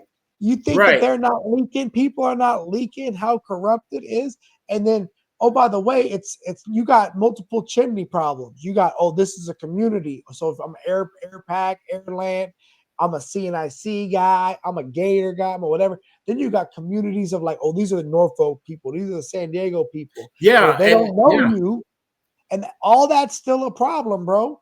All that's and still I a tried problem. when I was at my commands. I broke those. I said that we can't have those because it's at the end of the day. Because I lost the ALCS, a death, and they did something that really upset me and the captain because they always saying IOS, and they said it after dude passed away. But he was a very good dude. I still know a very good friend. Yeah. People, you got that these masking stuff and this and that stuff. I just try to prevent a lot of this stuff from going on. You could do that in the unit, like of a ship, right? Yeah, I think where the Navy's in trouble right now. I think the Navy I think is in the worst position of the whole DoD because they've completely lost sight of who they are as a service, and there are these like 4 or 5 different sub services in one group. And then I will tell you this: the CMC, why one of the many reasons I left the Navy at 25 years. I walked away at 25 years. I besides being done because I was cooked. I'm not gonna lie to you. COVID cooked me, Guam cooked me, Ashland, Seventh Fleet, all that. That was tough. That was tough work. And I saw my kids were getting older. I saw opportunity to get more money out in the civilian sector.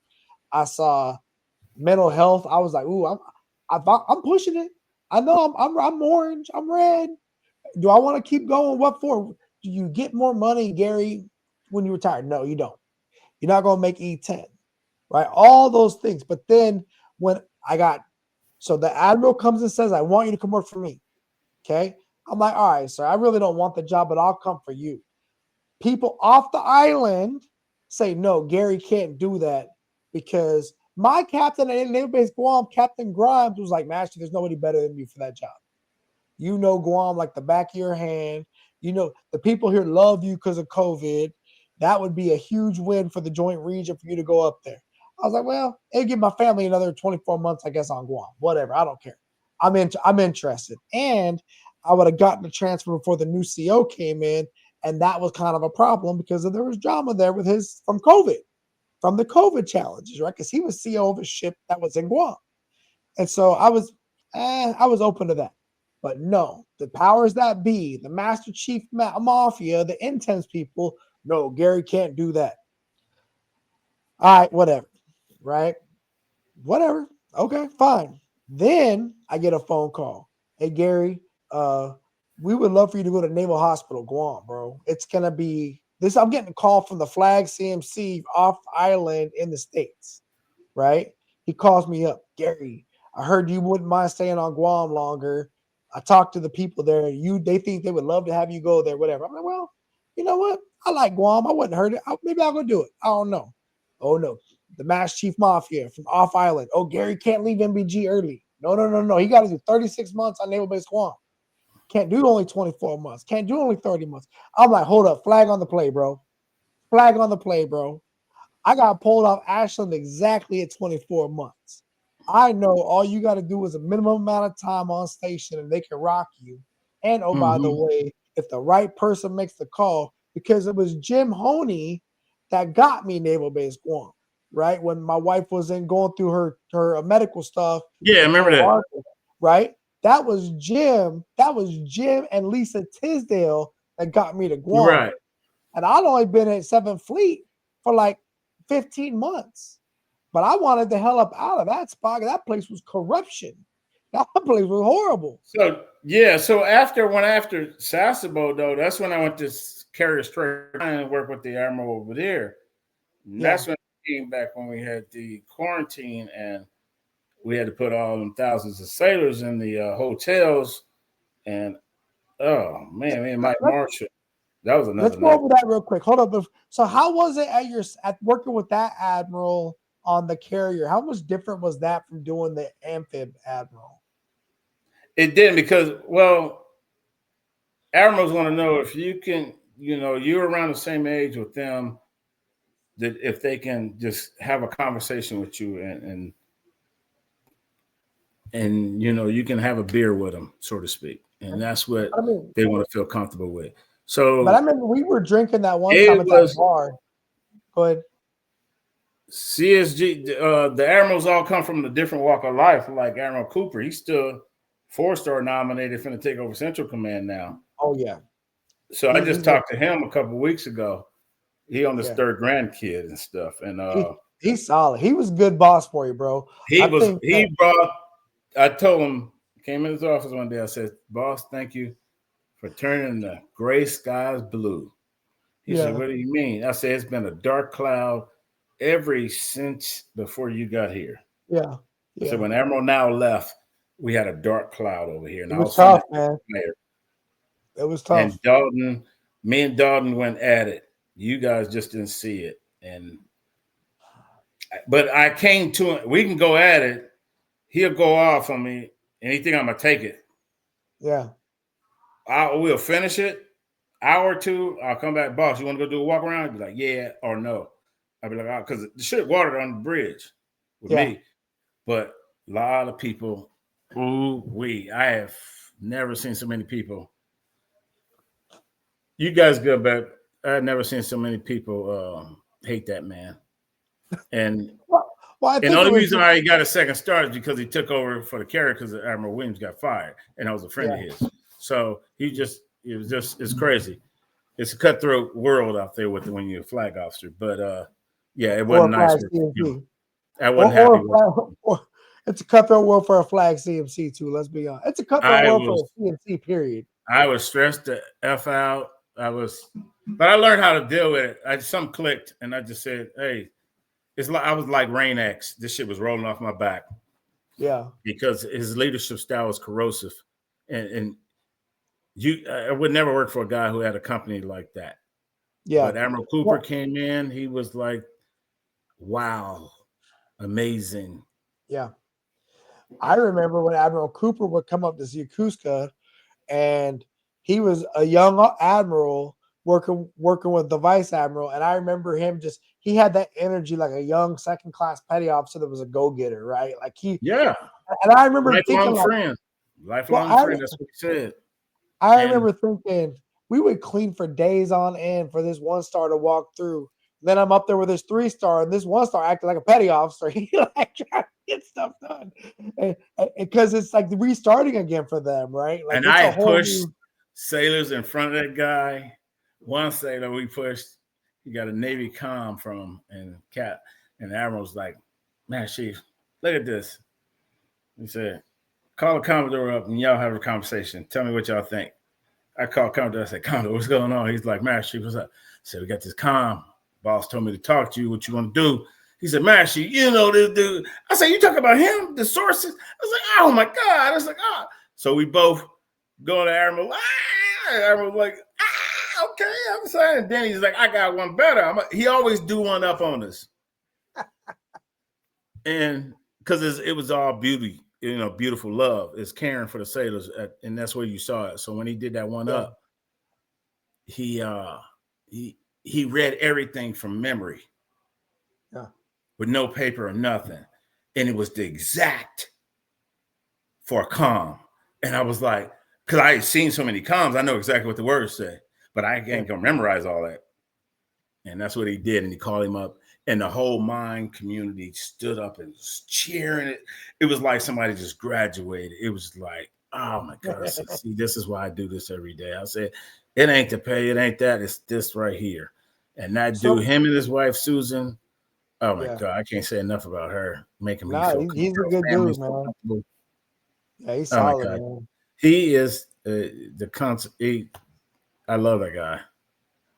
Hey, when you look at your tour on the aircraft carrier, was it defined by that COVID period? Was that just because that was a big operation you guys were in the middle of, bro?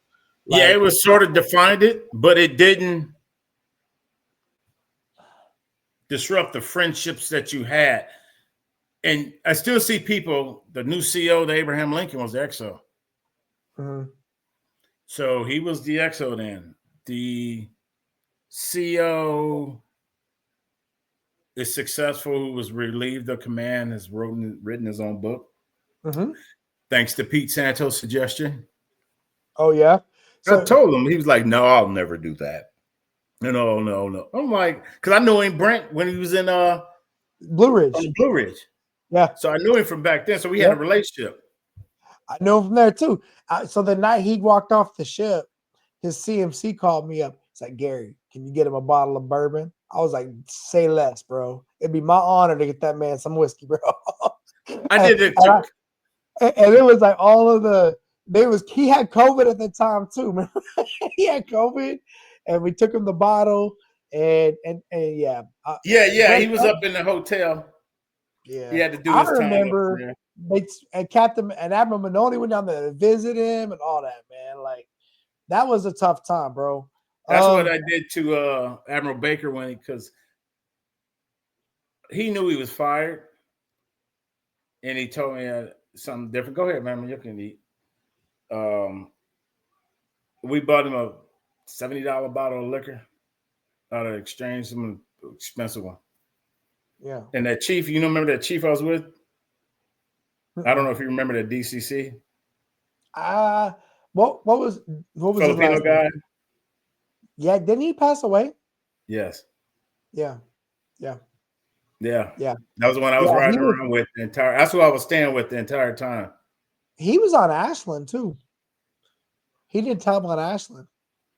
Yeah, his thing was I had served with the cancer, guy, right? and this will tell you how humble people are, and it humbles me. That guy who we talking about, DCC, who's passed away. I'm glad we're talking about him because he crosses my mind. He had the Navy Marine Corps Life-Saving Medal. Oh no, he was on George Washington with me. That was where he left the Minesweeper after that and went And to you know what DW. happened on the Minesweeper? We're on the ground, and they cracked in half, and he saved all them people. Yeah. As a DC-1. Yeah, Makatange, I think his name was. Yeah, Jeff McAtang. Yeah. I was tracking when he passed away, man. Yeah, we was roommates and everything, and then, I retired, but they didn't know we still kept in touch. I still got email, text messages all the way up till a month before he passed. Was that your last tour? Was that aircraft carrier tour your last tour? Yeah, Carrier Strike Group 9, because I asked Russ. I said I just need to get back to the States to set up the family. I ain't got time for these. I didn't tell him that, but I ain't got time for the politics and stuff. But yeah. So I was up for the Surf 4 position. I didn't get that job. I went over to a friend of mine, and he was good people's, but at the same time, it was a blessing in disguise. Mm. So, but I don't regret it. The people I met, the leaders I've been around, the young ones, and it's been remarkable. And it still pushes me to continue to do good and keep pushing things in life, because everybody has their canvas that they have to paint when it's at the end of their lifespan. So at the end of the day, is your canvas the way you want it, or should you make changes? Well, it's too late. Do it now. My big message is with urgency, because one day you're going to be here today and tomorrow you're going to be gone. It just happened to a few cats I know, and I just, wow. Yeah. And leaders, I don't change anything, because every place prepares you for the next place.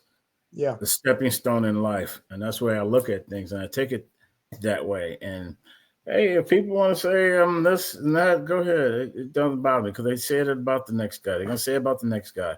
It's your performance that sets you apart from them. And when I got into Sasebo, it was a bunch of coffins floating up around everywhere and that we had to fix. And Coop was like, go ahead. And actually Dalton was like, what is going on here? And that's why a lot of the things was going on. I was the brunt of it too and stuff. And everybody thought I was good with him. I'm like, man, that dude's like that to everybody, man. That's like, he didn't break me. But he broke a lot of people. He broke a lot of people. And I don't respect that. You don't have to treat people like that. Yeah, you know? yeah. What you been doing since you retired, bro? School. I didn't have a degree when I retired. I pushed all my sailors in them for it. I made it like a big purpose in life. So I said, hey, let me go back and reflect, and something hit me.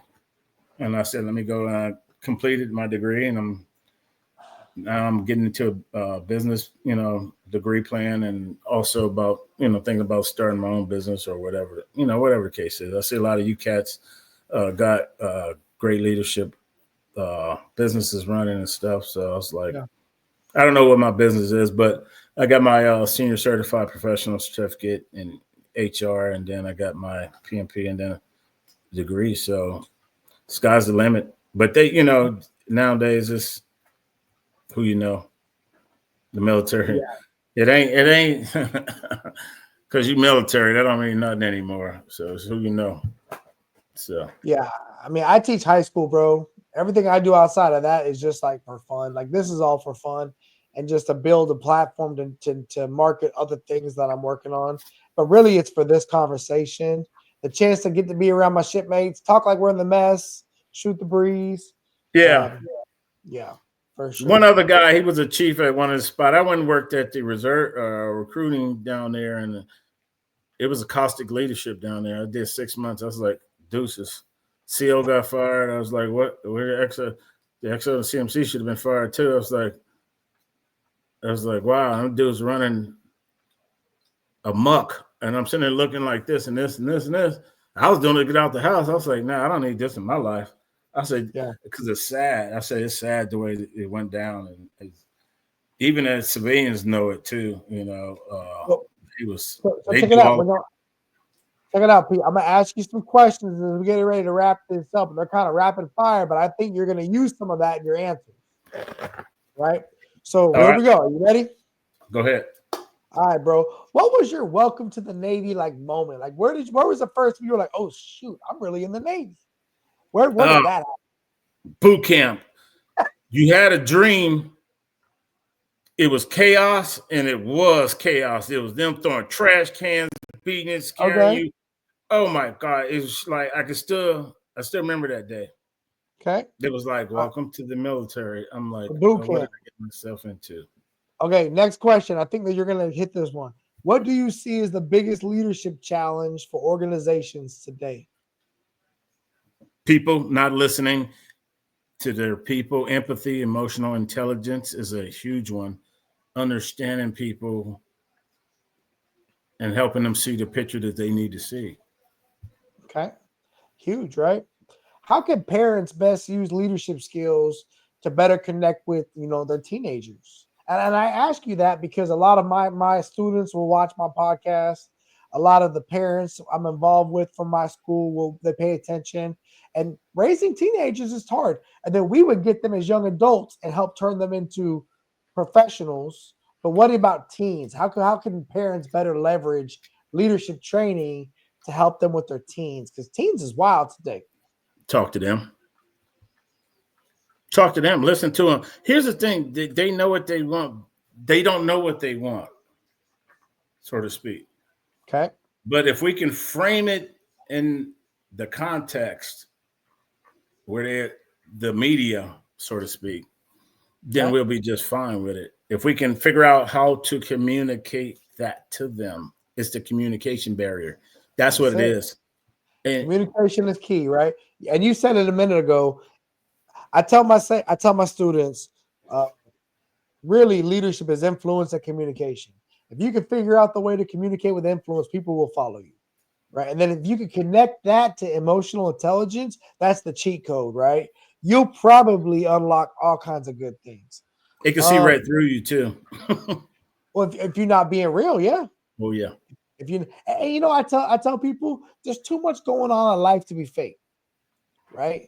I got to be able to stand in my business at any moment in time. So 10 toes down, I'm always 5'6". You ask about me, I'm gonna be the same way always and forever. And you know what? I'm not for everybody, and everybody's not for me. It's just like that, right? And I think if you can't live your life like that, then what? A guy gave me a coin one time. A CMC gave me a coin one time. It looked like a ram's head, and it stood on its own side. And the side, I was like, bro, I can't put this coin in no damn coin holder, bro. It's too broad. He's like, look, it's a point to the coin. If you don't stand for something, you'll fall for anything. That's the point to my coin. And I think that's true. You know, I think that's true. What's a piece of advice, Pete, you would give to somebody that's struggling with challenges in their organization? Rethink your goals and I would say rethink of how you do goals, how you set goals. I look at it as a canvas now. What picture do I want to paint while I'm in that position? Okay. It's for me, like say if I was in a position just reporting to a command, in 3 years, 2 years, 4 years, when I depart that command, how do I want to see that portrait? If I picture that first, then I have a goal of getting there. And I'll bridge that gap to get into that goal. And it's the portrait that I want to paint. Is people use goals, people use this, I'm gonna set this and set that. It's your at the end of the day, when you leave, did everybody's like, hey, I'm gonna miss that guy? You can tell by the way the side of the ship leaving, you're getting bonged off, or you're getting however you're hail and farewell, hail and bell, yep. Or because you know, and people I've had chiefs crying, came in my office crying. And I'm like, why are you doing this to me? It's like, yeah, because you had an influence in their life, and they run their own business out here in Texas. They sell steaks. They run their own cattle farm. I mean, I've seen people, and they told me thank you. They cried and stuff. And I had a guy did it over in Sasebo. He said, "This is not normal." I said, "Yeah, but when you care about your people, if I take care of you now, you're gonna come back here and take care of me. So you put people first in everything you do. Life is so beautiful." Yeah. You know, it is. And yeah. I learned that from my grandmother. And we don't live in the past because everybody knows your past. Nobody knows your future. So just keep it moving. That's a good one. All right. It's Saturday night. You're on the ship. You looking forward to pizza or wings? Both. Both. I got to have them both. You got to satisfy both. All right. Some people want, some people want drums. Some people want, Yeah. Okay. And then you want both? They want pizza, different varieties. So we did it always. All right, bro. You got either birthing cleaners or the working party. Which one you want? I'm doing birthing cleaners. You said that already. I'm a birthing cleaner. Yeah. I did birthing cleaners when I started the Navy, and I had the best birthing because we used to use the old buffers and the old wool blankets to buff the floors, and they were shining. Hey, we're going to watch a movie in the mess, bro. You want to watch a De Niro movie or a Pacino movie? Say again? We're going to watch a movie in the mess. You want to watch a De Niro or a Pacino movie? Oh, my God. I guess so. We're going to watch both of them. We're going to do The Heat. Because they both my favorite actors. Okay. Hey, looking back on your duty and your life, what was your favorite duty station? USS Anchorage. I hoped you was going to say that. LPD 23. That was by far my best command. The people, the families. That's how I felt about all the certifications out the park. Yep. It was like, every command was a joy to come to work every day, but that was like, wow, I'll do that one in a heartbeat. Okay. I get it. What was the hardest qualification you ever achieved in your career? ESWS. ESWS on the USS Missouri. On the battleship. You have to know the whole basic steam cycle on a battleship, and that is hard. I woke up smelling like oil, dreaming, dead nightmares. I spent time in A Gang on Broadway and the battleships, all that. The railings you see in the middle, I boom, hit my head on those things because they have on Broadway where they moved them, big old piece of equipment. They have railing systems in those built in there. Oh my God! And what year did you get your East Wasp pin? 1989. 1990, May 1990. 1990. Got it. All right. If you had to do a chance to do it again, would you go overseas or stateside? Overseas. Would you? Okay. I mean, 6 years in Italy, 3 years in Saspo, right? What's your favorite movie series? Big Bang Theory. Okay. What about, would you rather be independent or on a team? Team. How about, do you have a personal leadership philosophy? Put people first in everything you do. It ain't about you. Okay. All right. We got deck plate leadership, institutional and technical expertise, professionalism, character, loyalty, active communication, and a sense of heritage. Which one of those is your favorite? That's a long list. Because I try to exhibit several, most of those traits. I don't even remember what you said. Oh, there was so many of them. Deck plate leadership. That'd be the first one. That's the It's one I dip was looking class, for. right? Dip class, deck plate leadership, institutional technical expertise, professionalism, character, loyalty, active communication, and a sense of heritage. I would say character. That's my big one. Okay.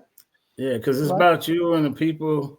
It's about yourself and then how you treat others and how you expect to be treated. And I think that's we've missed. We don't preach a lot. If you treat people the way you want to be treated, you can expect a positive outcome.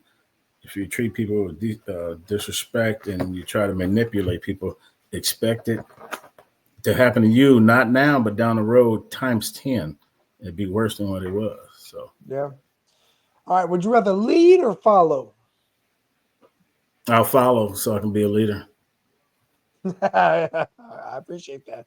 All right, my guy. That is it. Do you have any saved rounds or alibis? Hey, it's a blessing, and I appreciate you bringing up a lot of things that we've been, because I didn't think my career encompasses so much, but it do. And, you know, likewise for you and Erica, you know, we wish you guys the best. And, you know, football season is back in, and now we're happy again to finally see something going on. But I try to stay blessed, and you try to put people first in your life and try to help people. That's it, man. I'll tell you, if you do that and listen to your parents, you know, with these kids and stuff, because they're trying to prevent you from going to do the same stuff that they've been through. But sometimes they don't listen, and they're going to make the mistakes again. But understand that the parents are there for you. They're the one that loves you the most. They're not the ones that's hating on you. Or these are people you can trust, your parents, people that love you the most, people that care for you, they'll do anything for you. And these other people are just a shade that's going to come in and out your life at a certain, you know, interval that you won't even remember them. Well, I hear that, bro. And these kids are great, man. I love working with them every day. They're very inspiring. They are. It is so inspiring to see this young generation of Americans coming up, bro. And to seeing them grow just from 9th grade to 12th grade today I have 42 students at school today doing freshman orientation, and they were just, it's amazing, bro. It's great. You know, and you get 4 years with these kids. It's really nice. So Pete, man, I appreciate taking the time to come and spend time with us, bro. I appreciate you. I appreciate your mentorship. I appreciate you giving me advice. I appreciate you helping me figure things out when I didn't know what I was doing. And I just appreciate you, man. I appreciate you taking care of my people in the world, because you looked out for some of my good shipmates, and we didn't even know each other then, but they vouched for you. So then I'm like, all right, then he must be solid, right? And you always have been, man. And I appreciate that, bro. That's what we was doing. That's what we was taught to do, man. And y'all stay blessed, you and Eric and the family, man. We will, man. All right, brother. I will see you later, bro. Everyone out there, be good. Bye, Pete. All right, brother.